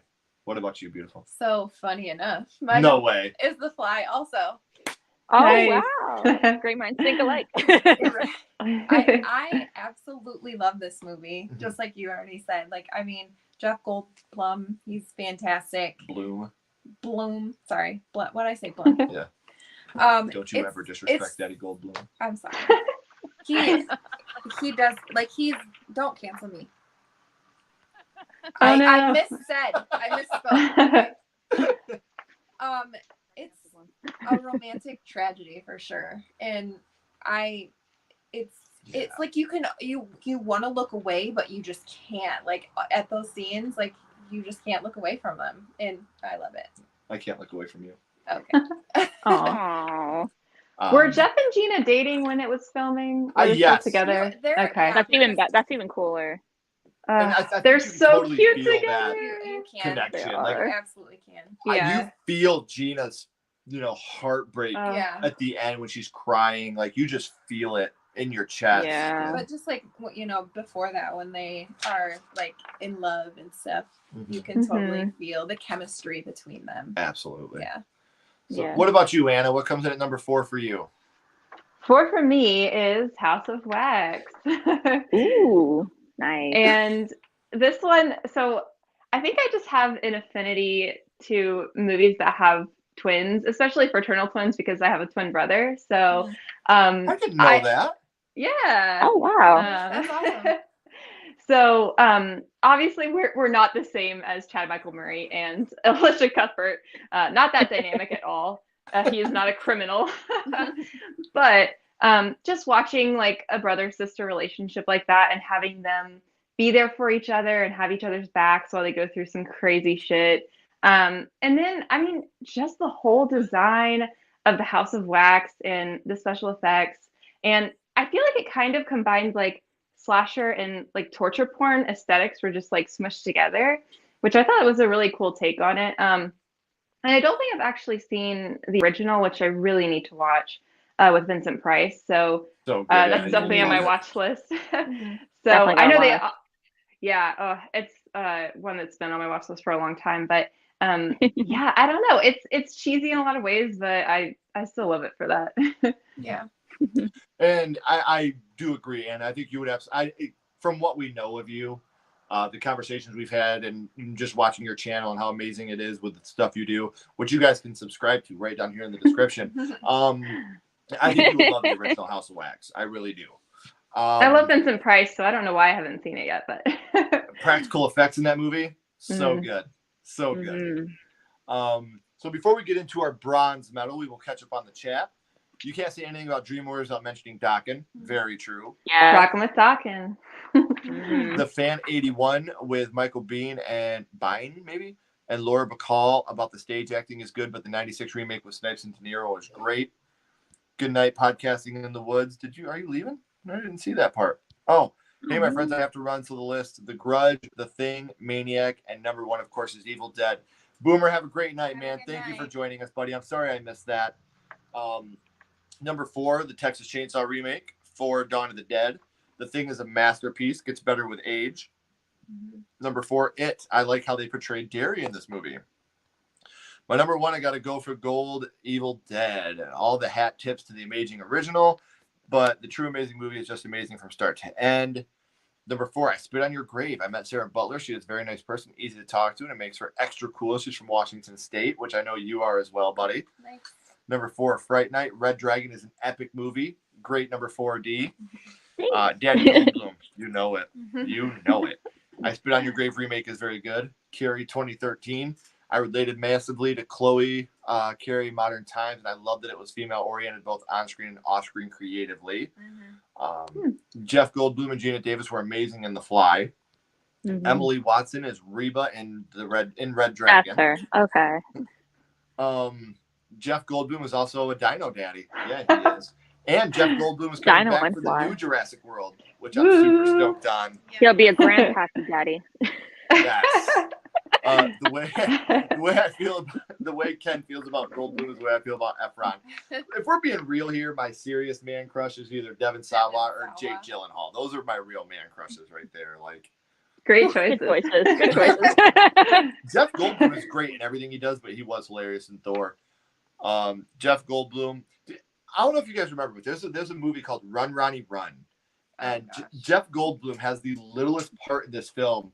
They're all at this like hippie thing, and they're like, "What do you want?" And this guy's like, "I want to see a pixie, and I want cake." And everybody's saying all this stuff. And they get to Goldblum, and he's like, "I want my money back, and I want fairies to bring it to me, and I want trolls to come to me at night with it. But most importantly, I do want my money back for this." Like, he's so perfect in the role. That's my favorite comedy of all time. Run, Ronnie, Run. She loves it. I've never heard of that. Oh my gosh, you gotta watch Me it. too. Imagine if Joe Dirt was X-rated. Oh God. It's got David Cross in it, and it's got one of the biggest casts I've ever seen. Like Matt Stone and Trey Parker from South Park are in it. John Stamos is in it. Like, there's all these different people that are in it. It's such a great. What year movie. is that from? Do you know? Oh my God, I gotta look. I've never heard of it. It's probably 2008, 2007, 2002. Oh, really? Yeah. Oh wow. Okay. It's got David Cross, Scott Ackerman, David Koechner, Brian Posehn, Ben Stiller, Jeff Goldblum, Jack Black, Arlie Ermey, Trey Parker, Matt Stone, Pat. Trey Parker, really? Yeah, it's Tom Kenny has a bunch of roles in it. The guy that does the voice of SpongeBob. Like, whoa. Run, Ronnie, Run. I Wild. cannot recommend That's it wild. enough. It's dirty, but it's funny. So funny. The Fly was the first movie to make me puke. I can see it. Oh, no way. And his line was so long that he was shooting through everyone. I had him sign a Death Wish poster, and actually, that's cool, man. I would love to meet Goldblum. That'd be awesome. Hello, Fright Friends. Hey, Cal. Thanks for stopping in, buddy. The Fly is kind of like a Shakespeare play. It really is, honestly. Yeah. It's like a grotesque piece of art. Because I'm an impatient batch. The Blob. Good choice. All right, so now we are up to our number 3, and this will be me starting this off. And like I said, 3 through 5 could be interchangeable. And number 3 for me is 2 movies that I consider one and the same, because you couldn't have a 6-hour movie. I feel like our top 3 are going to be similar. So my number 3 is It from 2017 and 2019. And I'm one of the few in the minority that actually considers It 2019 to be the best of the whole bunch, including the original, including 2017 and 2019. If you split them up into 2 separate films, which I don't, I consider 2017 and 2019 the same. But the adults in 2019, I think that's the best of all of them. It does drag at times, but man, I'm telling you right now, like, I cried. Bill Hader made me cry in that movie. He made me laugh in that movie. Like, he really, really impressed me with his acting. Like, I went into that totally looking for, I can't think of his name, the guy that played Mr. Tumnus that I look like. James McAvoy? Yes. Yes. I totally went into looking for James McAvoy. To be number 1. Yeah. And he was great, but Hader stole the show. Mm-hmm. And I don't look like James McAvoy. I look like Mr. Tumnus. Like, don't get this twisted. Oh my Very god. specific. But I just think Do you have 2019 is so emotional, and I love how in the original you do have the idea that Eddie's gay, and they do have that LGBTQ movement in there that's kind of under. And in this one, they really bring it out. And you could make the argument that it's not, that Richie is just genuinely in love with Eddie. He's not a gay man. He's just in love with Eddie. And whatever way you want to interpret it, it is what it is. And love is love, no matter who it's between. And he genuinely loved him, and he watched the love of his life die in his arms. Nothing more sad than that, which is going to happen to me or you one day. So, Hopefully definitely got to be me. So, like, that's it. Love is watching someone die. Like that, when you're truly in love with somebody, eventually you're going to have to watch them die. And it happened way too early in that film for a man that was truly in love with somebody. So it's definitely my number 3. Could be other down to number 5, but for tonight, for my man Hader, it's at number 3. What about you, my love? So I'm sure you're gonna think this is too low, but number 3 for me is Evil Dead. No, that's it's in your top 3. I can't bitch about that. I think it's superior to the original, and I love all the gore. Like, if you know me, I like gore, and it's super gory and bloody, and I just love it. Lou Taylor Pucci, I think he did amazing. I like how they went to the woods to get his sister clean. Like, I think that whole storyline was great. And I just really like it. The cinematography is really good too, and I really enjoyed this movie. So that is my number 3. And I haven't seen that one yet. I really need to see it. You haven't seen it yet? No, that was one I didn't get to. It was on my list of ones to watch because I was like, I know this is a favorite for a lot of people, but I still haven't seen it. Yeah, it's a good one. I think you'll like it, definitely. Yeah. So. The premise sounds really cool. Like, I've heard, the plot and everything. So I do like, just from the plot, the direction that they took it. So I can't wait to see it. Yeah. I think can't wait to see what? Evil Dead, the remake. You've never seen it? No. Oh man. Horror fan. Soon. I'm gonna watch it. Oh man. It's like canceled. No. You want to give us your bronze medal, Anna? Yeah, and my number 3 is The Invisible Man. One we've talked about already, but I think Elizabeth Moss was robbed of an Oscar. Oh my I will God. die on that hill. Like, she, I guess it wasn't nominated at all, like for any Oscars, which just kind of blows my mind. If you had like went back in time and told Anna in like 2005 that Lee Winnell was going to direct a movie like this, I would have been like, psh, he's a Saw guy. There's no way. Like, he can't do a movie like that. But I mean, he directed the shit out of that movie. Yes, he did. Yeah, it's so good. All the effects were amazing. This is another one I haven't seen the original. I have never seen The Invisible Man from the 30s, but I mean, just the way that they modernized it with the technology and everything, it's just so creative. So I would love to see, like you said, more modernized Universal monster movies like this. I guess they tried to do it with The Mummy in like 2017 and it completely failed. Like they were going to make a whole like Universal Monsters universe, I guess. Did you guys hear about that? Yeah. Yeah, and I then heard like about it that did too. so bad. And then they were already going to make The Invisible Man, so like we're just going to make it standalone. And thank God they did, because I mean, it's like a masterpiece. Yeah. Mhm. Very. I like this more than the original. We do have the 1930s version here as well. But nothing against the 30s version, but this one is just, it's such, like you said, it really is a masterpiece. It really is. You want to give us your bronze medal, D?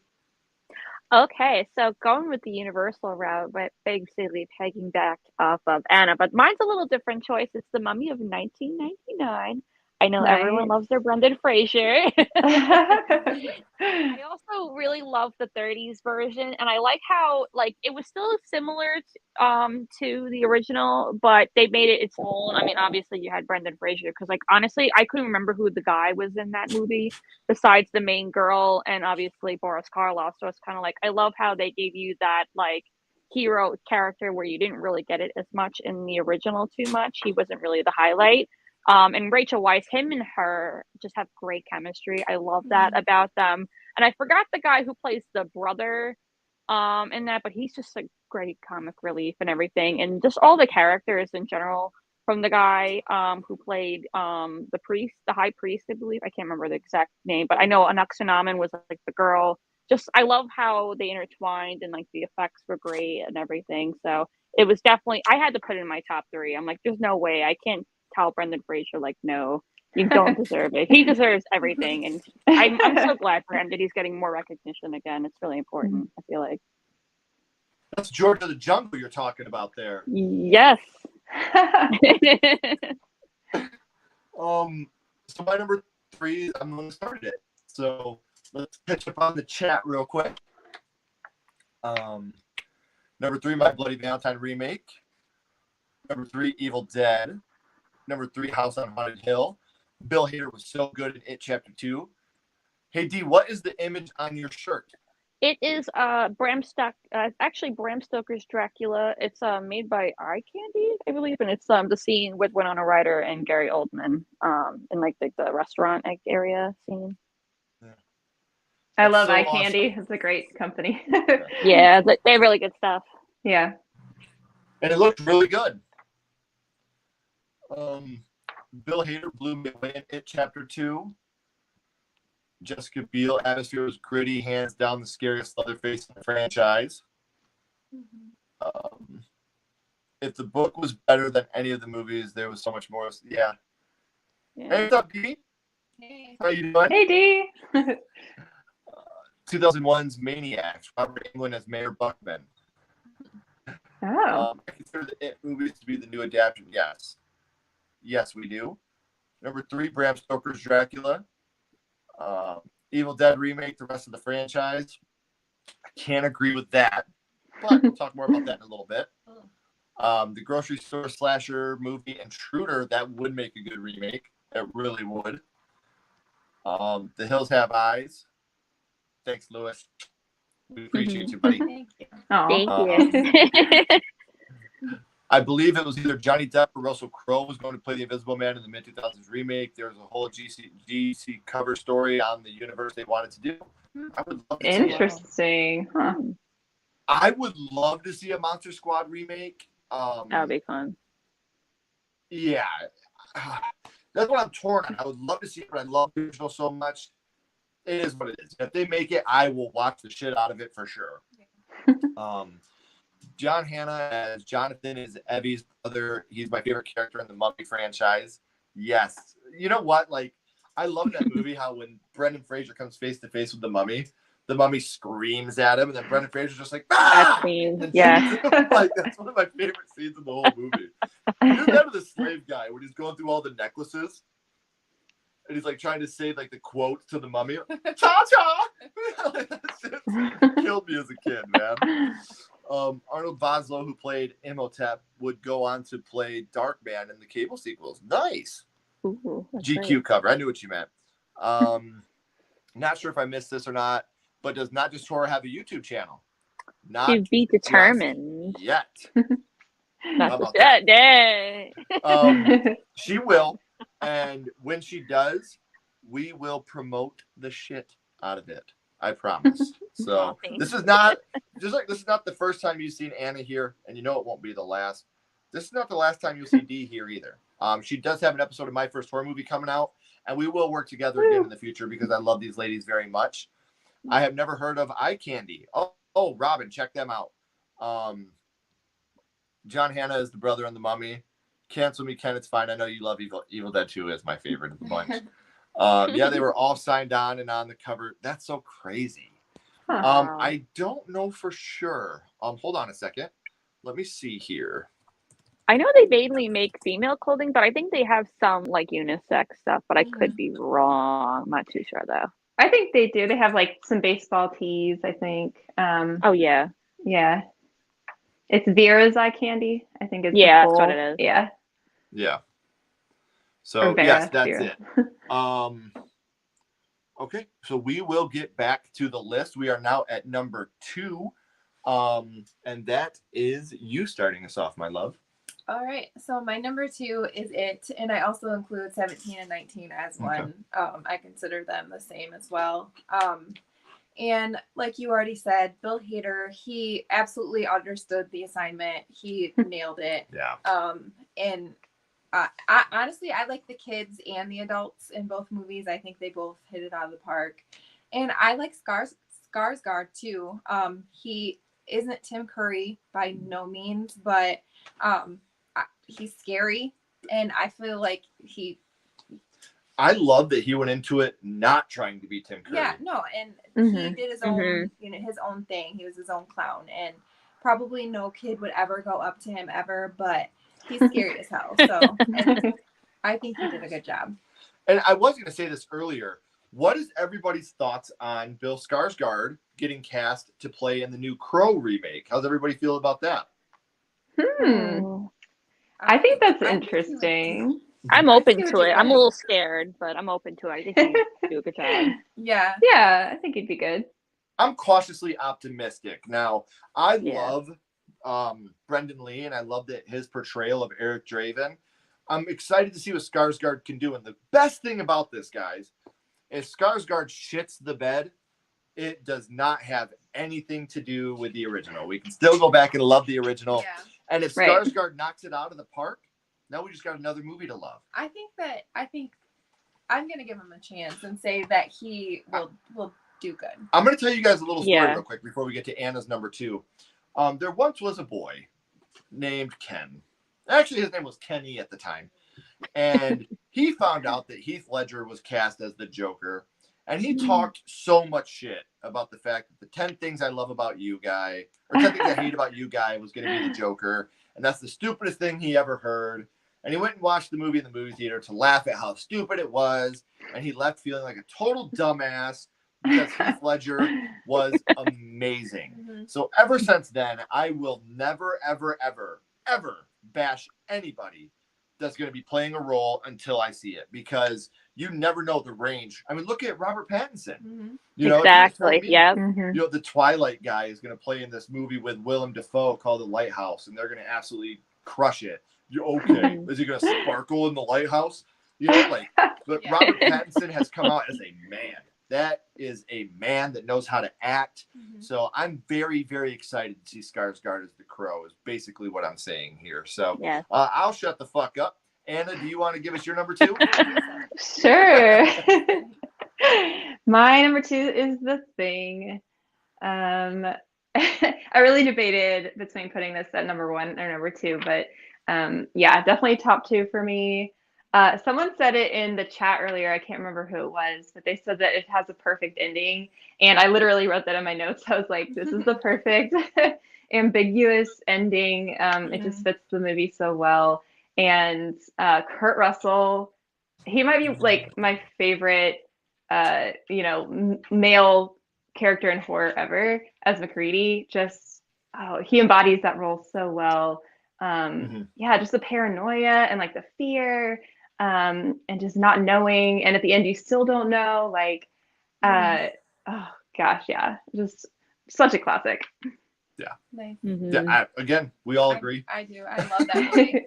What about you, Gabe? What's your silver medal? My silver medal is actually the same as Ashley's, and I'm going to say it's It Chapter 1 and 2 collectively as one as Nice. well. I was debating on this being my number one because I know it was a more recent film, so I was really debating on to see if it really should be my number one spot. But my number one spot is something that's true to my heart, and I can never, ever, ever let anyone surpass it. Even though this movie was very close, this movie just did so many things right. I love the portrayal of Derry. Bill Skarsgård's portrayal, even though it's different than Curry's, he did an amazing job. Just like the costume work and everything they did with his look was just very menacing. I loved how they made him like scary, and I feel like it was a little bit more believable to be scared of him than Bill, than Tim. Just like how the effects were and everything, and just the kid actors and the adults. The adults, even though they're my favorite, they just both like you can believe that these kids were being their adults. Like Richie. Especially with Finn Wolfhard and Bill Hader, they just were literally made for each other. And I think there was like a story where they're like, "Oh, who do you want to be your adult character?" And I think 2 out of them got that. I think it was Jessica Chastain, and then Bill Hader. So I love that as well. And it was just done so well. The score was great, cinematography. There was just something so great about this movie. There, I could see why it's a hard choice to people to pick over a remake, but this remake did so good versus the original, in my opinion. And obviously, I had it at number 3, so I agree with you guys. I think it's great. My number 2. I think I probably know. Go ahead. What do you think it is? Is it Child's Play? It is Child's Play from 2019. Wow. Yep. I love this movie. I do not like it more than the original, but I do love it. I think that one thing that I've always talked about is when you do a remake, if you want it to be successful, keep parts of the original, but make it your own film. I've already watched the original. I don't have to watch it over again. And Child's Play 2019, I think that it would have been more successful. We've talked about this on live streams. We talked about it on our Versus episode. If they would have called Child's Play 2019 Buddy Doll from the universe of Child's Play, I think it would have been more successful. And I get a lot of people that are like, well, man, it wasn't Charles Lee Ray. I know it wasn't. And I'm glad it wasn't. Because Charles Lee Ray has already been done by Brett Dourif and done perfectly. You can't redo a Charles Lee Ray. And I love the fact that they went into this and they were like, you know what? We're not going to try to redo this again. What we're going to do is we're going to take this. We're going to make it our own. And we're going to make you love it. And they did. It was funny. The chemistry was great. The kills were fucking brutal. And you could really make the argument that up until the third act, Chucky is protagonist. I mean, like he really is doing in his eyes what is best to protect Andy. The kid that he's imprinted on, like a mother animal, you know, like I've imprinted on you. I'm going to do whatever I have to protect you. And it takes a little overboard, you know, with like faces on watermelons and shit. But and this I is really think that this movie is so impressive, and I know it got a lot of hate, and the doll looks stupid, but I think that this movie's great, and I think that you know, having a kid with a hearing impairment, you know, I thought that was really great. You know, they played that into the story, and it was great. I love it. I love the Child's Play remake. Again, I like the original more, but the remake is absolutely fantastic. I love that film. I agree. Did you start us off at number 2? I did. All right, let's catch up with the chat before we get to our number 1s. Monster Squad remake would be awesome, but a sequel would be great too. I'd love to see a sequel more, if we're being honest, like where they're at now. Hitting you up, Ken. Lewis, let me know. We'll do a live sometime together. I'd love to have you. Number 2, Friday the 13th. Number 2, The Thing. Mears is my favorite Jason. Can't argue that. I like TJ Graham a lot too. I Spit on Your Grave. This was intense revenge movie.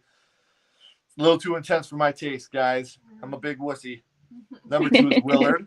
Great choice. Clowny Clown Clown. Skarsgård was a great Pennywise, second to Curry. He is the new Crow. I'm open to it. I love it, Ken. Crow, interesting, but I might pass. I think he will play a great Eric Draven. See, now, I don't know if he's playing Eric Draven. I know that they're rebooting the Crow, but I think they may go with a different character, just like the Crow 2 and the Crow 3 were not Eric Draven. They were different stories. Yeah. And I think that's what they're doing with this Crow. I don't think this is Eric Draven. They might I'm have. not I'm not 100% sure, though. but I'm pretty sure I read that it will be a new original character. It will not be Eric Draven, which I think is a good idea. Because that's why with the Crow sequels, out of respect for Brandon Lee, they had new characters, and this can't be any worse than fucking Edward Furlong's Crow. So that's all Oh I'm no, gonna the say second one about was that. way better. Second one was better than that. Camilla Bell's When a Stranger Calls remake. She did a phenomenal job carrying the movie, and it's my favorite comfort home invasion movie. I will give it a go. Good man. I'm honestly trying to think of a remake I like better than the original, and I can't. I'll tell you some. I can't tell you that one. The Invisible Man, Willard, The Thing, The Fly, and my number one, which we'll talk about in a minute. To clown, to crow, some heart. Oh yeah, to clown, to crow. Okay, I get you now. Buildings burn, people die, but love is forever. It can't rain all the time. John Carpenter's The Thing is so much fun. I'll believe the Crow remake when I've seen it. They've been trying to remake it for. I agree, because at one point, Sexy Aquaman was going to play the Crow. Oh, Jason Momoa, really? That one. Yeah. Oh my God, no way. He was scheduled to play the Crow for a long time. Weird. Oh wow. 9-year-old Phil had a hard time believing Beetlejuice would be a great Batman. See what I mean? Like, you can't judge it. Bill Skarsgård as Eric Draven is a good choice. I'm open to giving Bill a chance at playing Eric Draven, but Brendan Lee and the original Crow will always have a special place. I agree.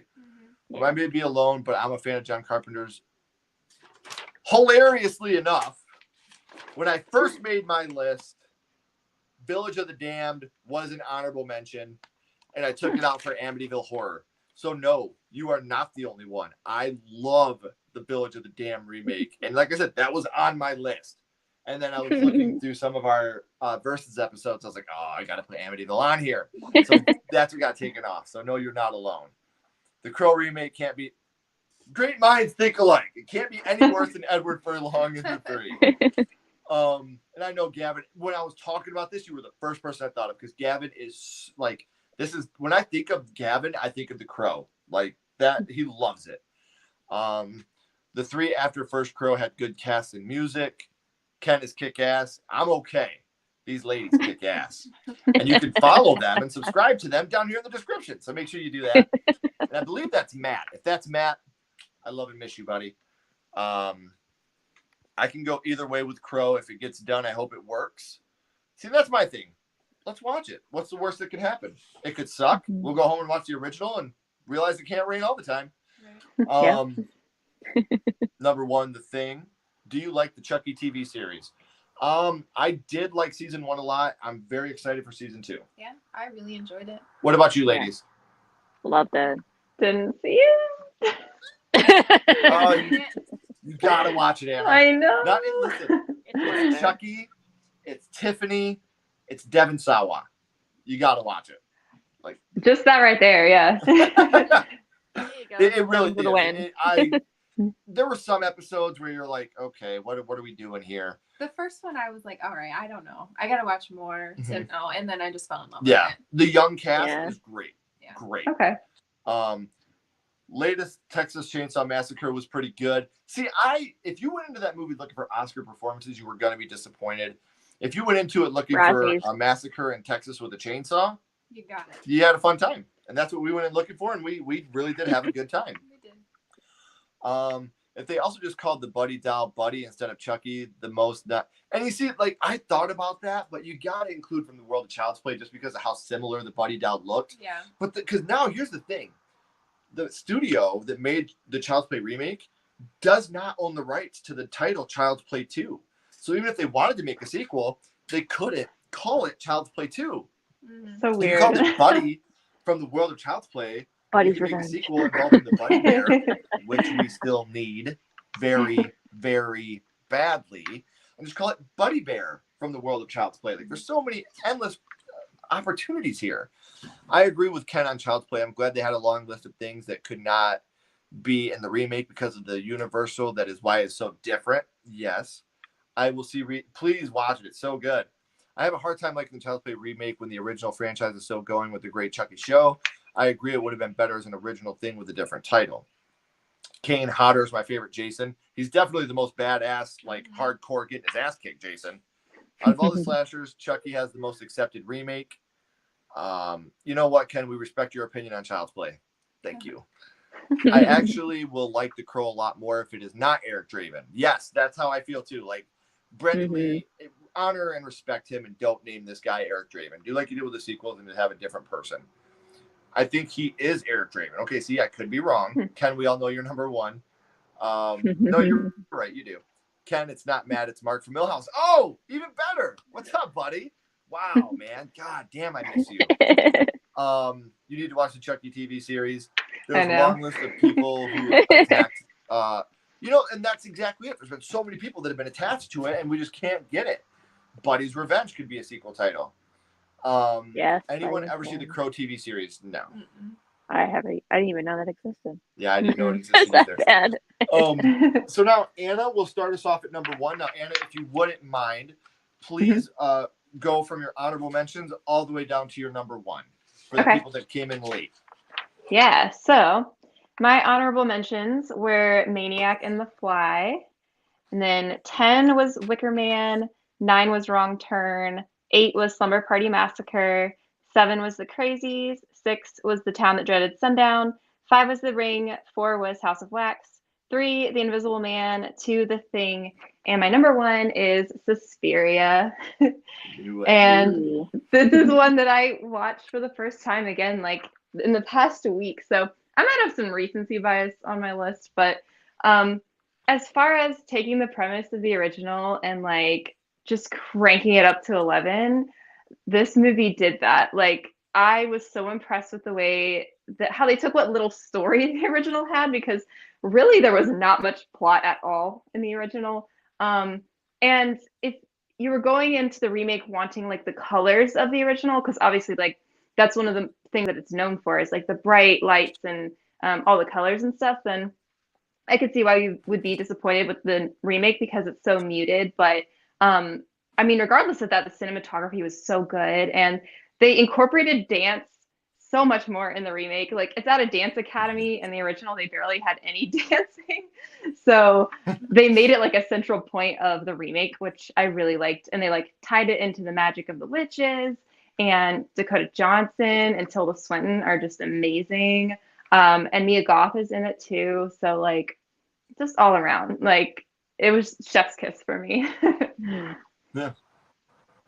And it's funny because now Mia Goth is going to explode even bigger now because of X, which she should. Yeah. And we are so lucky that we got to watch that movie with you, Anna. We went on a friend date. We got to go see X with Anna. It was so awesome. It was so cool. Awesome. Yeah. So, Dee, do you want to give us your honorable mentions all the way up to number one? Oh, sure. We'll start off with Rob Zombie's Halloween. Wink. Was ready for it. At number 11, where my honorable mention was Amityville Horror. And then for the top 10, going reverse, it is Pet Sematary at number 10, House of Wax at number 9, Friday the 13th at number 8. Number 7 was My Bloody Valentine. The number 6 spot was Dawn of the Dead. Number 5 was the Texas Chainsaw remake of 2003. Number 4 was Red Dragon remake of the movie of 1986, Manhunter. Number 3 was The Mummy of 1999. Number 2 was It Chapter 1 and 2, holding that one spot together. And my number 1, which I was wearing the hints all night, was Bram Stoker's Dracula. I was trying to see if anyone caught on to it. I was like, I have to do this with a subtle hint. But what can I say about this movie? First of all, it's very hard to fill someone's shoes who already made the role iconic. We know this with Tim Curry. We know this with all these other roles. Bela Lugosi, those are heavy shoes to fill. Yeah. And I'm sure we've all seen the Hammer Horror with Christopher Lee, and he does a great job, but there's something that Gary Oldman does. I don't know what it is, but any role he touches, he just like steals the show. He makes everything he does iconic. As Dracula from the old man version up until the suave Prince of Darkness from Romania was just like, oh my gosh, like you were just mesmerized by him. He would like captivate every scene. You were really convinced that Winona Ryder was like falling in love with him at first sight. It was just amazing. I'm a big fan of the book as well, so I feel like adaptation wise to the book, it was done really well. I know they added the romance, which I really liked about it, and I know once Kent mentioned he was a romance guy, I was like, oh, he's gonna love my appreciation for this movie. And there was just so many great things. I mean, I know the one downfall is that like everyone was like, all right, Keanu Reeves, he doesn't have a good accent in this movie, but but everyone else, you just overlooked it. You had so many great cast members. I mean, Cary Elwes, like the guy from the Saw franchise and Princess Bride, he did so well. Like I loved his character, just intertwinement of the characters. The score is probably my favorite part about this movie. And I think they actually won an Oscar for best costume design too, which is very rare for a horror movie to win anything. So there's just so many great things about it. And that's why it's my number one. I totally agree. I love the movie. It did not make my list, but it's an honorable mention. With Village of the Damned. Double honor. So my honorable mentions were A Nightmare on Elm Street and Amityville Horror. Number 10, Texas Chainsaw Massacre. 9, Dawn of the Dead. 8, The Invisible Man. 7, Willard. 6, Night of the Living Dead. 5, The Thing. 4, The Fly. 3, It. 2, Child's Play. And at number 1, Yes. The Evil Pretending Dead. to be shocked. Yes. I love this film. I love this film more than the original. I love this film more than Army of Darkness, and I love it slightly less than Evil Dead 2. But man, what can you say? This movie it feels real to me. It's not a bunch of kids going to party in the woods. Like, she's addicted to dope, man. Like, she's a heroin addict, and they're taking their sister, their friend, out there to get clean. No cell phones, no technology. Let's get her out here. Let's get her cleaned up. We need our friend back. We need our sister back. She's already died from this once. We can't lose her again.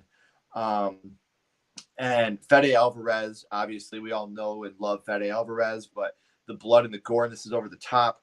Our boy Lou Taylor Pucci is absolutely phenomenal in this film.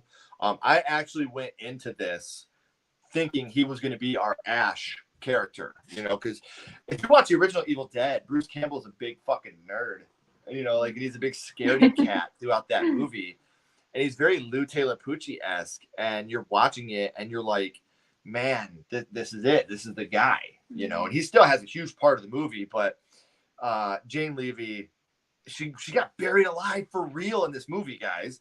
Like, think about that. And the scene where they're burying her alive, that's legit. Like, they're burying her alive. And that's why when you see him digging her face out, like, that's real. That's real urgency. That's real fear, because he's trying to get her out of that hole. And as unrealistic as that scene may be, according to my genius wife, it's still a great scene for me. And to have her really buried like that is so scary. And a lot of this movie it's scary, it's funny, it's bloody, it's gory. The scene where Lou Taylor Pucci is getting stabbed with the needle in the eye. He has that. It's like a needle. Is it a nail that he pulls out? No, it's the part of the needle that broke when she was stabbing him with it. Like, He pulls it out of his eye. Like, oh my gosh! Like, I could talk about this movie for hours. I think this is, like I said, not only is this one of my favorite remakes, my absolute favorite remake, to be honest. I think this is a remake that's better than the original by a mile. By a mile, it's better than the original. And there's so much about this film that I could talk about it for hours. I'll stop and I'll shut the fuck up because Ashley's more special and important than me. But I love this film. I am so happy to be a fan of this film, that I've gotten to watch this film as many times as I have. And it never gets boring. Like, No. you could watch it a million times. Yeah. We'll have a watch party, Anna. Yeah, let's do it. I'm in. I love You wanna to. give us your list, my love? Yeah, so my honorable mentions were Invisible Man and My Bloody Valentine. Number 10 was Carrie. Go ahead. No, I'm not. Are you gonna cancel me again? Nope. 9 is the Texas Chainsaw Massacre. 8 is Amityville Horror. 7 is Friday the 13th. 6 is Crazy. 5 was Fright Night. 4 is The Fly. 3 is Evil Dead. 2 is It. 1719. And number 1 for me is Nice. the Child's Play remake. Like you really touched on most of it. I really enjoyed this remake. I actually went and seen it without him. I took my son to see it. I refused. He was like, I'm not watching it. He refused to. And I was like, Oh, wow. Listen, just hear me out. Just give it a chance. And so then me and him went and watched it, and he liked it too. But I just really love that they didn't try to do the Brad Dourif thing. Yeah. Like, I think that was an impossible task that would have never, you know, as much as people hate on it, if they would have done that, I think that they would have hated on it. It would have been way worse. Yeah. And I really love Aubrey, is it Plaza? Aubrey Plaza. Yeah. I've loved her since we've watched The Office. Like, Parks and Recs. Parks. Oh, yeah. I said Office. Yeah. Parks and Recs. I get those two confused sometimes. Yeah. They're similar, yeah. I think she's phenomenal. And, like, just she's, like, sarcastic, and she's just phenomenal. Mm-hmm. And Chucky and Andy's relationship, like you talked about, how he's like obsessed with him pretty much, and you know he learns to be evil from watching Texas Chainsaw Massacre, and I just really love that movie, and I've seen it a couple of times, and it's good. Yeah. It's really good. It is a great movie. I agree. All right, guys. So before we go, we're gonna catch up on the chat real quick. If you have any questions for me, for Ashley, for Anna, for Dee, please ask them now. Number 1, Dawn of the Dead. I love that movie. Number 1, Night of the Living Dead. The Crow, Stairway to Heaven TV show. I remember seeing it at Hollywood Video. Oh, man, that takes me back. Ashley, are you drinking Mountain Dew? I am. Sugar-free Mountain Dew. Me too. Yeah, it's delicious. Number 1, When a Stranger Calls. Number 1, Dawn of the Dead remake. I prefer Running Zombies. No. Same with the Tremors TV show. I need to check that out as well. I'm so jealous of Mia Goth's last name. I hope they do a good makeup job on Bill and the Crow. Did you see the Batman? We'll leave it at that.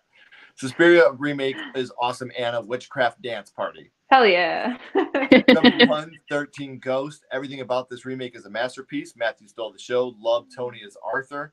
The ghosts are horrifyingly original and continue to creep and scare the shit out of me now. The Jackal. The Jackal. Yeah, the Jackal's scary. The Tremors TV show got canceled before the pilot episode. I like Pet Sematary until the end. D, thanks for acknowledging Manhunter. Of course. Number 1, Evil Dead, hands down. Female lead role is great. Bloody Good Time, Dead by Dawn. Yes. I swallow your soul. I swallow your soul. The Tremors TV show that was on Sci-Fi back in the early 2000s. It was 1 or 2 seasons long. A lot of people are like, Red Dragon's an original, and I'm like, no. Right. Keanu Reeves was, yes, he definitely was. Yes, The Lost Boys is another movie I wish they'd leave alone that doesn't need a remake.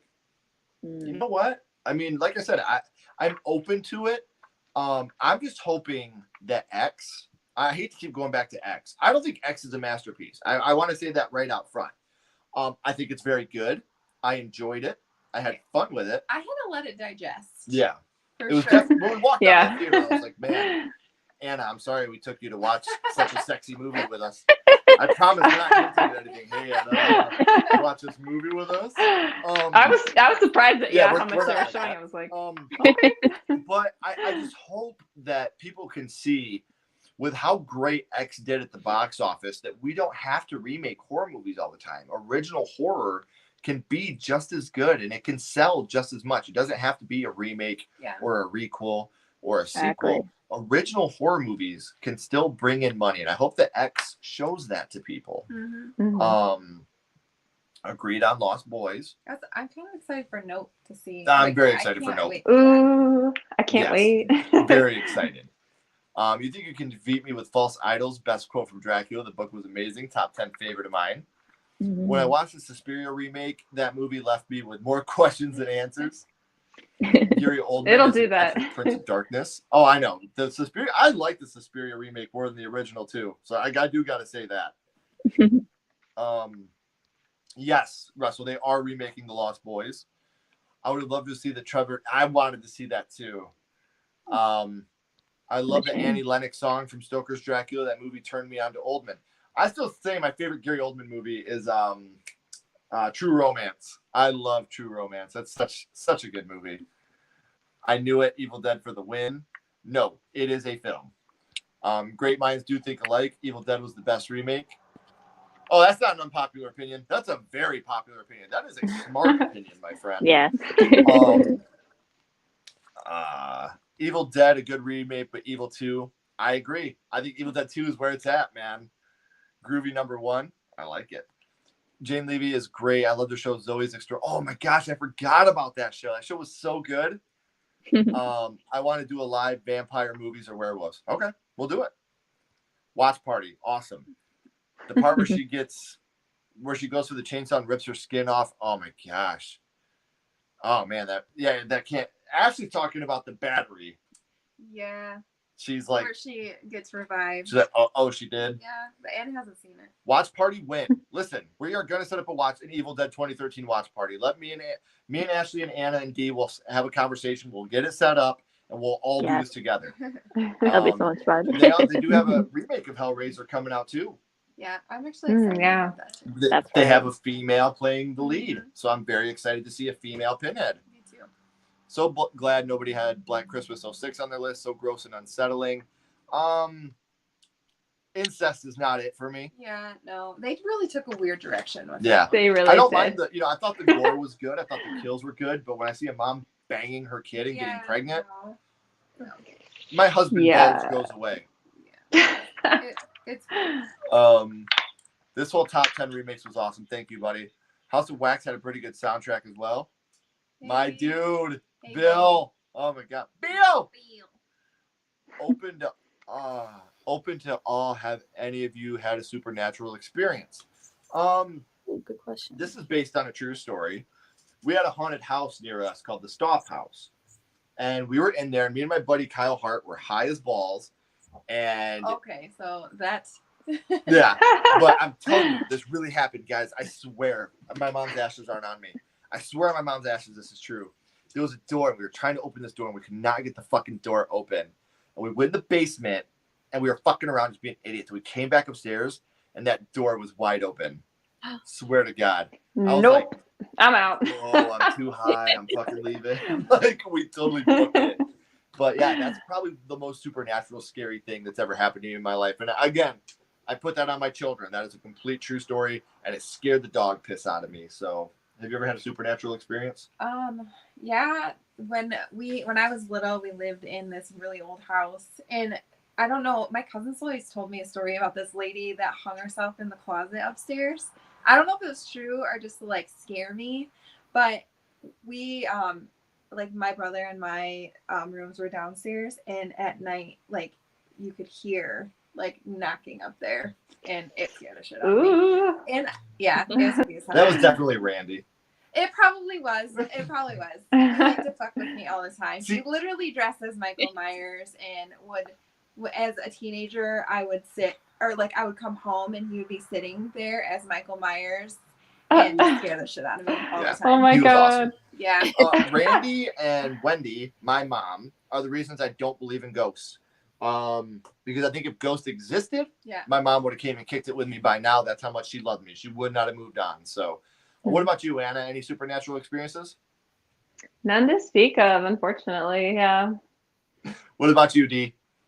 I mean, there's been a few. I mean, I would be like that bad kid back in the day, like going into abandoned buildings and stuff where, asbestos, and you're like, oh no. And obviously, when you're there and you're all by yourself at night in the dark and you hear voices in the distance and there's nobody else there, it freaks you the hell out. But the most like terrifying experience was when when I live with my grandparents currently, and when they're gone in the summer, there's always one room in my house that happens to be very cold, and it's always in the summer. And this room, unless you go in the room, you have to turn the AC on, but it would always be very cold, and I find it very odd. So then one day I heard that door just open, and obviously I don't go in this room, so I've always had the creeps like ever since. So I'm always convinced someone that lived in this house before died in that room, and it's like trying to like spook me. I don't know.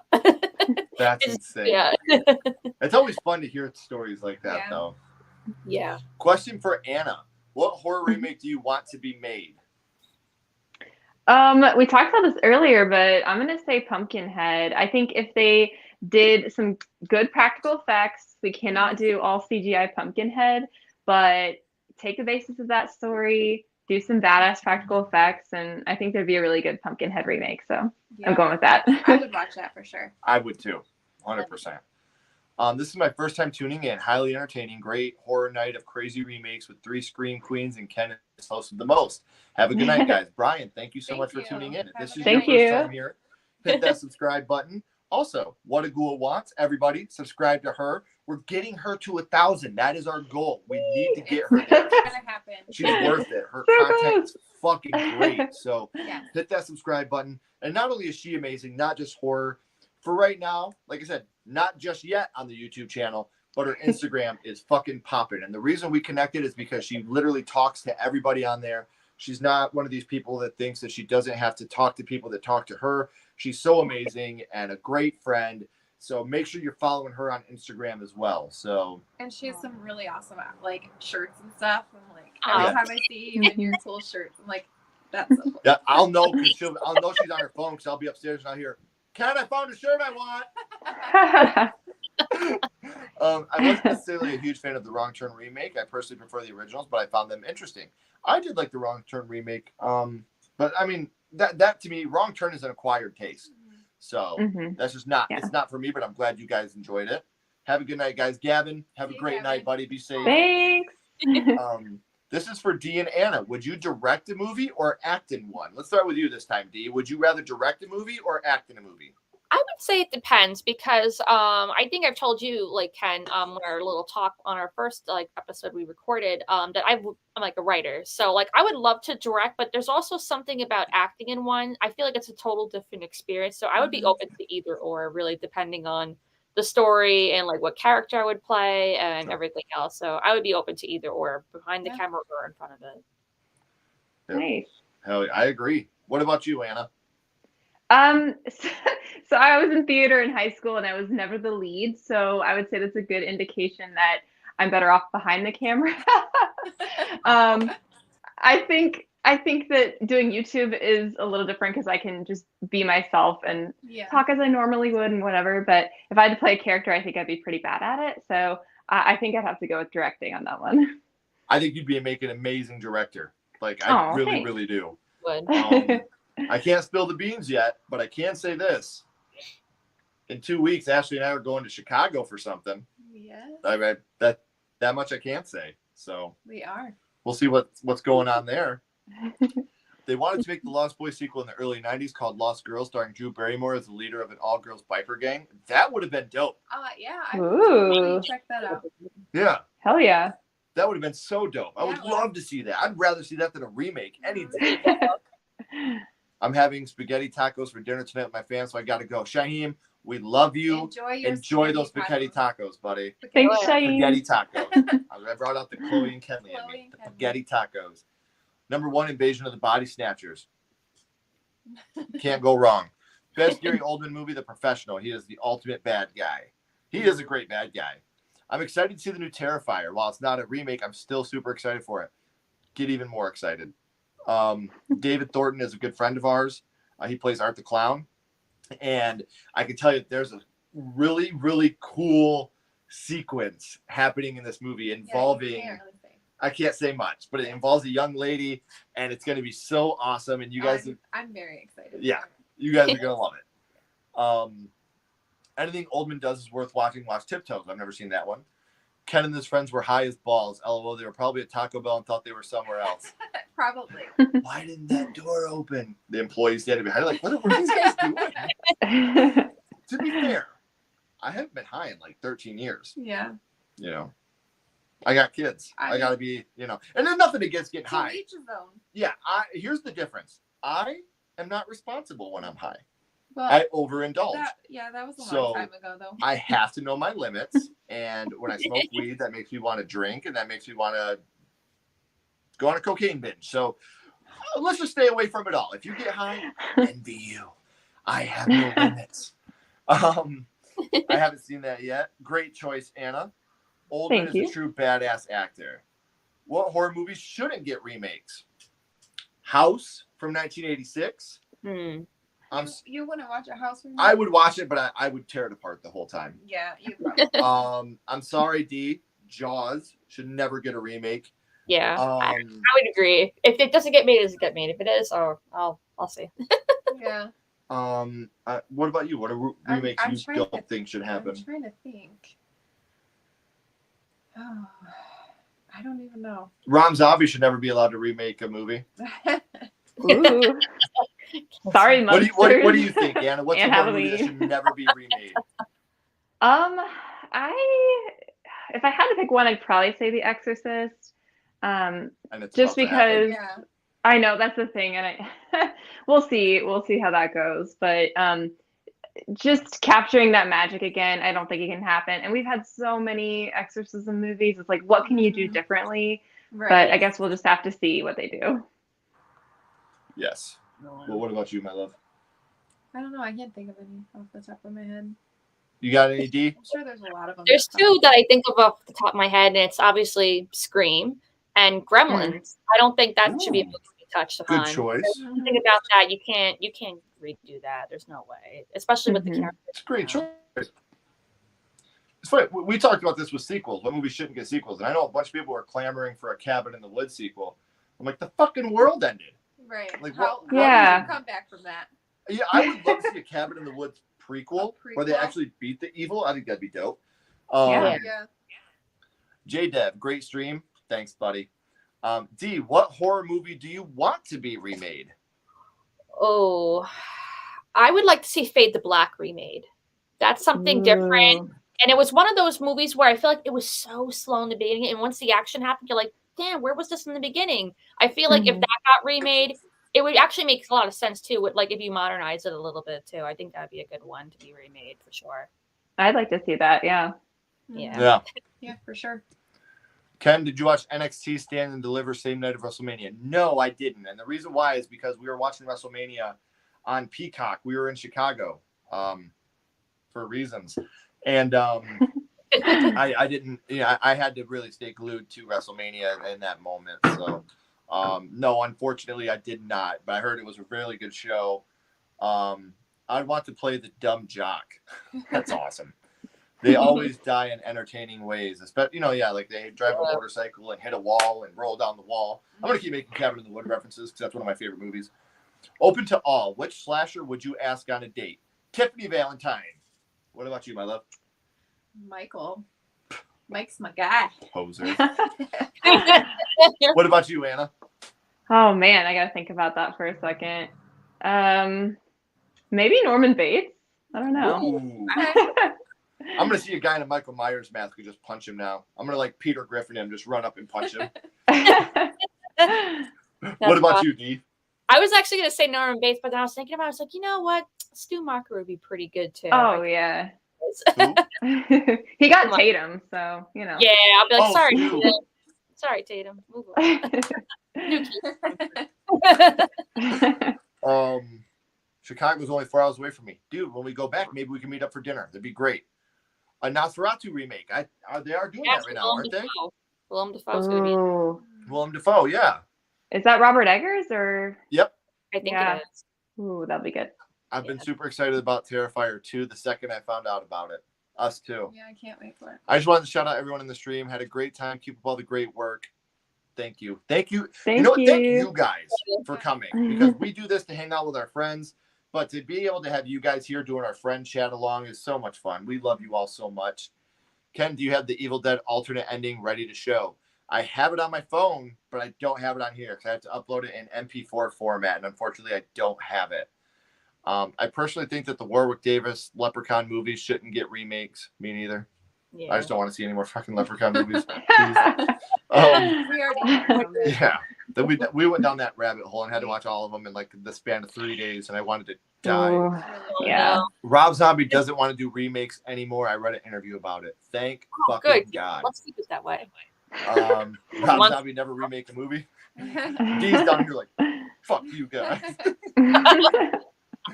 Scream does not need a remake. I agree. No. Fade to Black remake fits so well in the modern day. It's Interesting choice, D. Speaking of WrestleMania, Monday night. I'm getting there, J-Dev. I promise. Did anyone like The Possession of Hannah Grace? Don't think we've seen it. I don't think I have. We seen it, didn't we? The Possession of Hannah Grace? Yeah, I'm almost positive we did. I've never We've seen that. I Yeah. feel like we've seen so many possession movies though. Yeah. It's like they all Yeah. kind of blend together. Mm-hmm. Yeah, with Emily from we've seen this. We did? Yeah, I don't even remember it. we did. Did I like Maybe it? you were high, Ken. No, I did. Yeah, it had Emily from Pretty Little Liars in it. Did I not just say that, guys? Yeah, You I did. liked it. Yeah. Yeah, we liked it. Did you ladies see it? Mm-mm. Oh, it was good.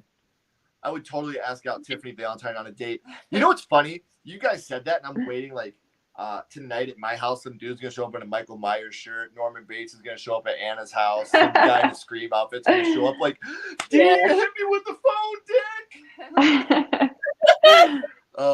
Pretend you can erase your memory and watch a horror movie for the very first time again. Which one do you choose? Ooh. House, obviously.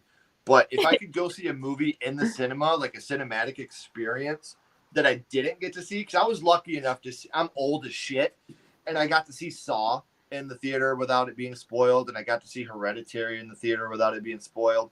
I would have loved to been there to see The Exorcist on opening night. If I could make a choice, it would be that. Or House, 1986, just because what that movie means to me.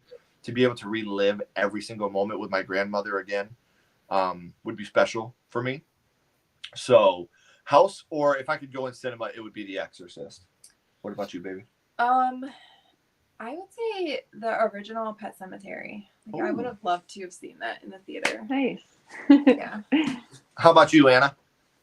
I'm gonna have to go with The Sixth Sense. I was lucky enough to see it without knowing the ending, but just to see it all over again would be great.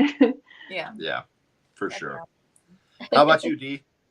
If I was alive, showing my age here, I would have loved to see Misery in theaters and experience that, because I experienced it on a VHS screen, so tiny little screen, you couldn't really get too much of an impactful thing. But if I saw it in the theaters and then I saw Kathy Bates' performance, I would have been like jaw dropped on the floor, like, oh my God, did she really break his ankle kind of thing? Like, I would be in total shock.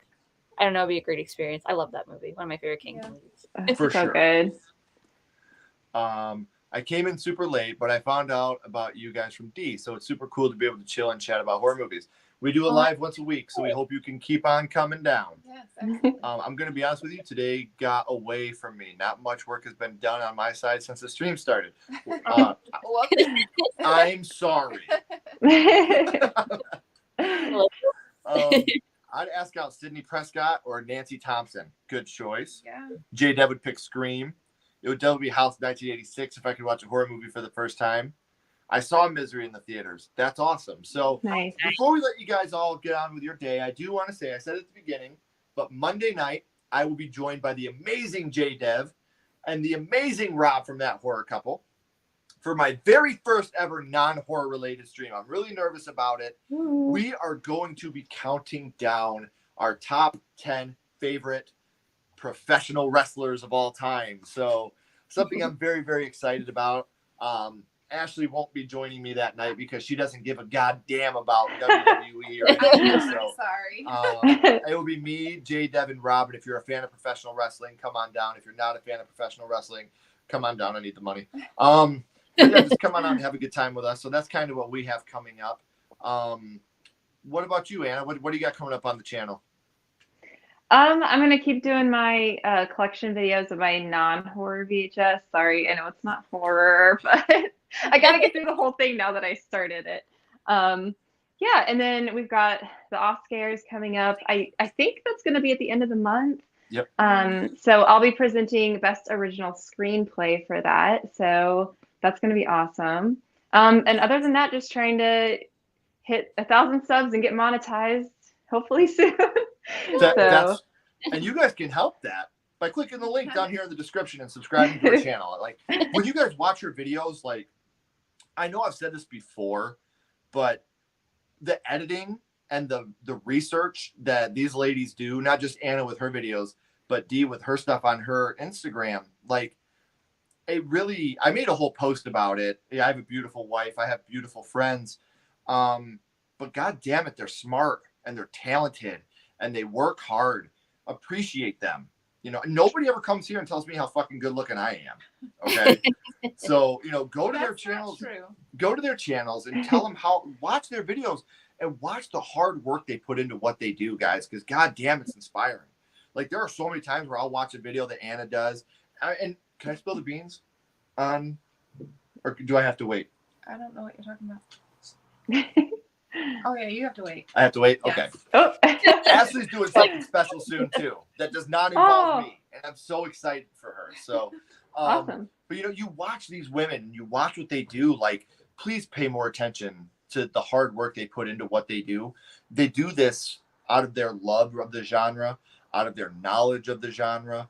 God damn it, they're so smart and they're so funny and they work so hard. Appreciate them, because at any minute this could all stop, man. So I love you thank too. you, I love Ken. the work that you guys do. Please Thank continue you. to do it. It's amazing to watch. Like I said, we're big fans of your guys's. You know, whenever you guys have new videos, or you're doing new cosplays. Like I said, I'll be upstairs just hanging out. Ken, I found a shirt I want. You know, so like, you know, you guys are our friends, but you're inspirations to us too. You keep us going. So make sure you're checking out what they're doing. We're going to finish up the chat, then I'll let you ladies get on with the rest of your night. Open to all. Which horror film would you like to be in that you have seen? I'm going to answer this one first. Ooh. And you know what I'm going to say? If I could be in any horror film and I know that I'm going to survive, what would I choose? Oh shit, what's it called? The STD one. It Follows. Yeah, It Follows. We've been together 17 years. We ain't fucking nobody. I'm safe. I'll watch you find that tall guy and I'll just stand there and go, I'm good. We're still banging. So for me, it would easily be It Follows. What about you, my love? Oh gosh. I don't know. Probably maybe like Hocus Pocus or something. I would like to be a witch in something. Nice. Yeah. For sure. Yeah. Which is so funny because, like, I'm not saying this because she's my wife, but you're so opposite of a witch. Like, you're so perfect. You weren't saying that the other day. I'm just kidding. So, good choice. What about you, Dee? Let's go with you first this time. I would probably see myself in a Friday the 13th movie. I don't know. Like, I've always been like, because I do like the cosplay of like the final girl a lot. And I'm like, I don't know. Would I really survive that? I think it would just be fun to just play around in it, the fake blood or any special effects. I mean, go for it. I'm game. Yeah. That's a good choice. Mm-hmm. What about you, Anna? I think I'm gonna go with Halloween and just say I'm in a neighbor's house and I'm having my own Halloween party. I'm not engaging in anything else happening. I'm staying away from the Myers house. I'm just gonna have a good Halloween night inside. There you go. It's not Little John. Honestly, I think that surviving some horror movies as a character is probably worse than actually dying. What horror movies would you rather die in than actually live through? Ooh. Wow, that's a good choice. That is a good question. Holy shit. You want to go this one? Because I'm gonna have to think this through. What's that one? Shit, now I'm drawing a blank. Any movie.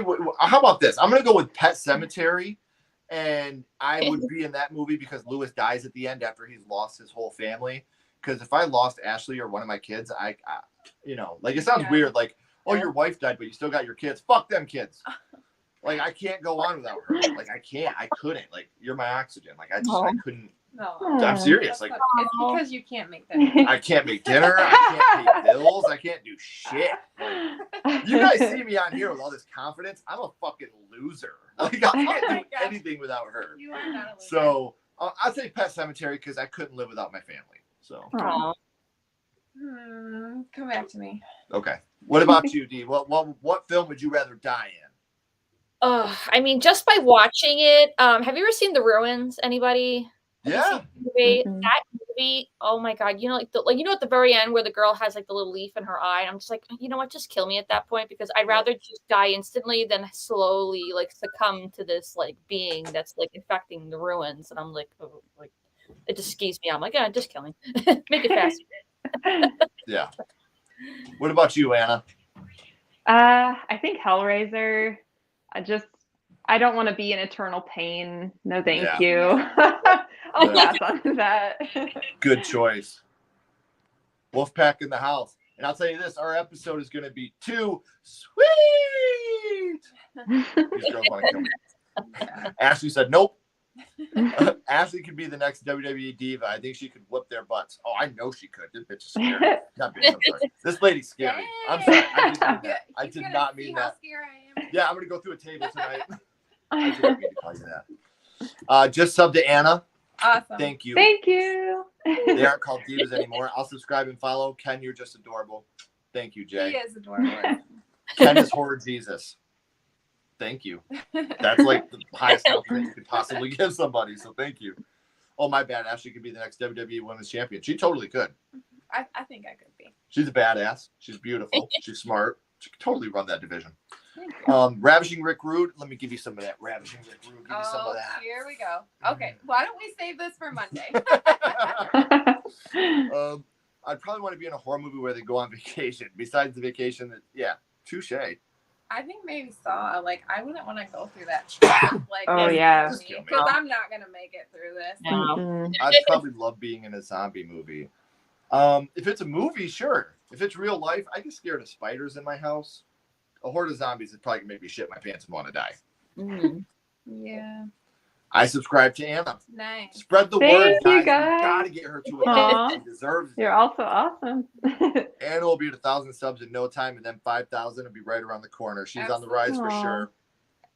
Thank you. No one in this community is more deserving than her, guys. Like, not only does she put a lot of time and effort into her writing and her editing, but it's all of it is like, I hate saying fan because that's weird, but it's all like friend inclusive. Like, she does quiz videos where you can play along. Like, every time she does a video, I get so excited because I know that there's going to be something in it for me. Right. You know, like, Aw. I'm going to learn something or I'm going to play along. Like, that's what I love the most about your videos, Anna. And I'm not bashing anybody else in Thank the you. community. Everybody knows how much I love this community. But with your videos, we're included in every video you do in a way. So please You guys are continue to do what gassing you me do. up. I'm gonna have a big head after this. I'd be the first death in Halloween Resurrection just so I don't have to live through that. That's great. I'd love to die in Scream to get to play my favorite game before. Yeah, hell yeah.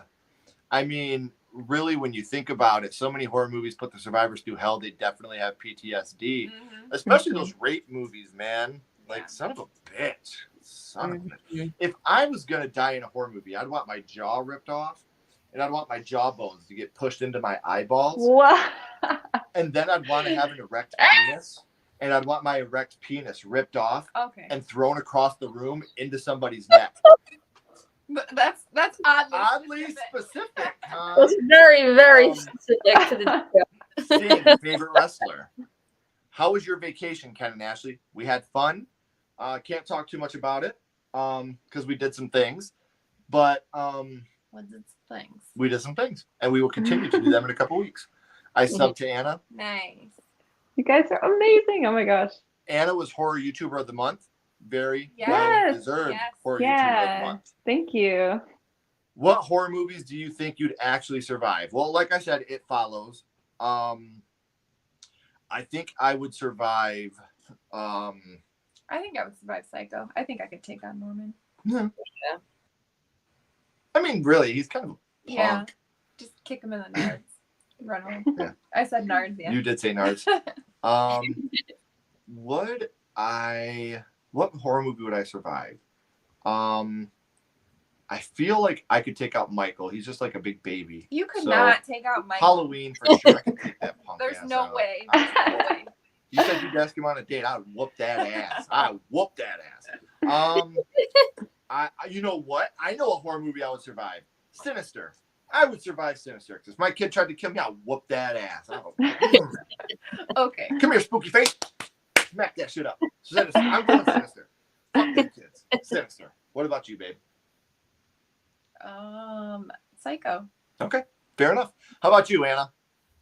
I'll have to say Alice, Sweet Alice, the subject of my shirt, because this is spoiler alerts for anyone who hasn't seen it. So plug your ears if you haven't seen it. But it's a little old lady. Like, Yeah. just give her one good punch and she's probably gonna be out. So. What about you, D? I would probably say Scream because I probably would just never answer the phone. Or I just wouldn't go to the beach and I would be like, safe, be fine. That's awesome. Would like being it? No. No. Hell no, I would not want to be in a wreck. No. To this day, I check my shoes before I put them on because of arachnophobia. Ken, you need help for wanting this, LOL, but if you want that, well, get you in the next Hatchet movie. Listen, I already said too much. I've already said way too much. How about that scene in the mirror with Kiefer Sutherland where the girl gets her jaw ripped off? Yes. I would subscribe to Not Just Horror if I could. Not just yet. You will be able to. I definitely survived Scream. I survived Crazy on multiple occasions already. So guys, I do, like I said, this stream has gone on almost 3 hours and it's flown by because these ladies are magnificent. Thank you guys for being a part of this in the chat. Thank you, ladies, for coming in and hanging out with me and Ashley. We love you both. We're glad to be able to hang out with you. Thanks for having anywhere, us, guys. yeah. We want to talk to you a little bit longer. Everybody else, you know where that subscribe button is. Hit it for us. Go down, hit it for What a Ghoul Wants. Make sure you're checking out Not Just Horror on Instagram because she will be starting her YouTube channel soon. And you won't have to wait for me to start promoting it because if you have her on Instagram, you'll be able to go to it yourself. So hopefully I'll see you on Monday to talk about our favorite professional wrestlers. Until next time, I am Ken Sledge. And I'm Ashley Sledge. Keep talking horror. Stay who you are. And we'll see you guys soon. Bye, guys. Bye. Bye.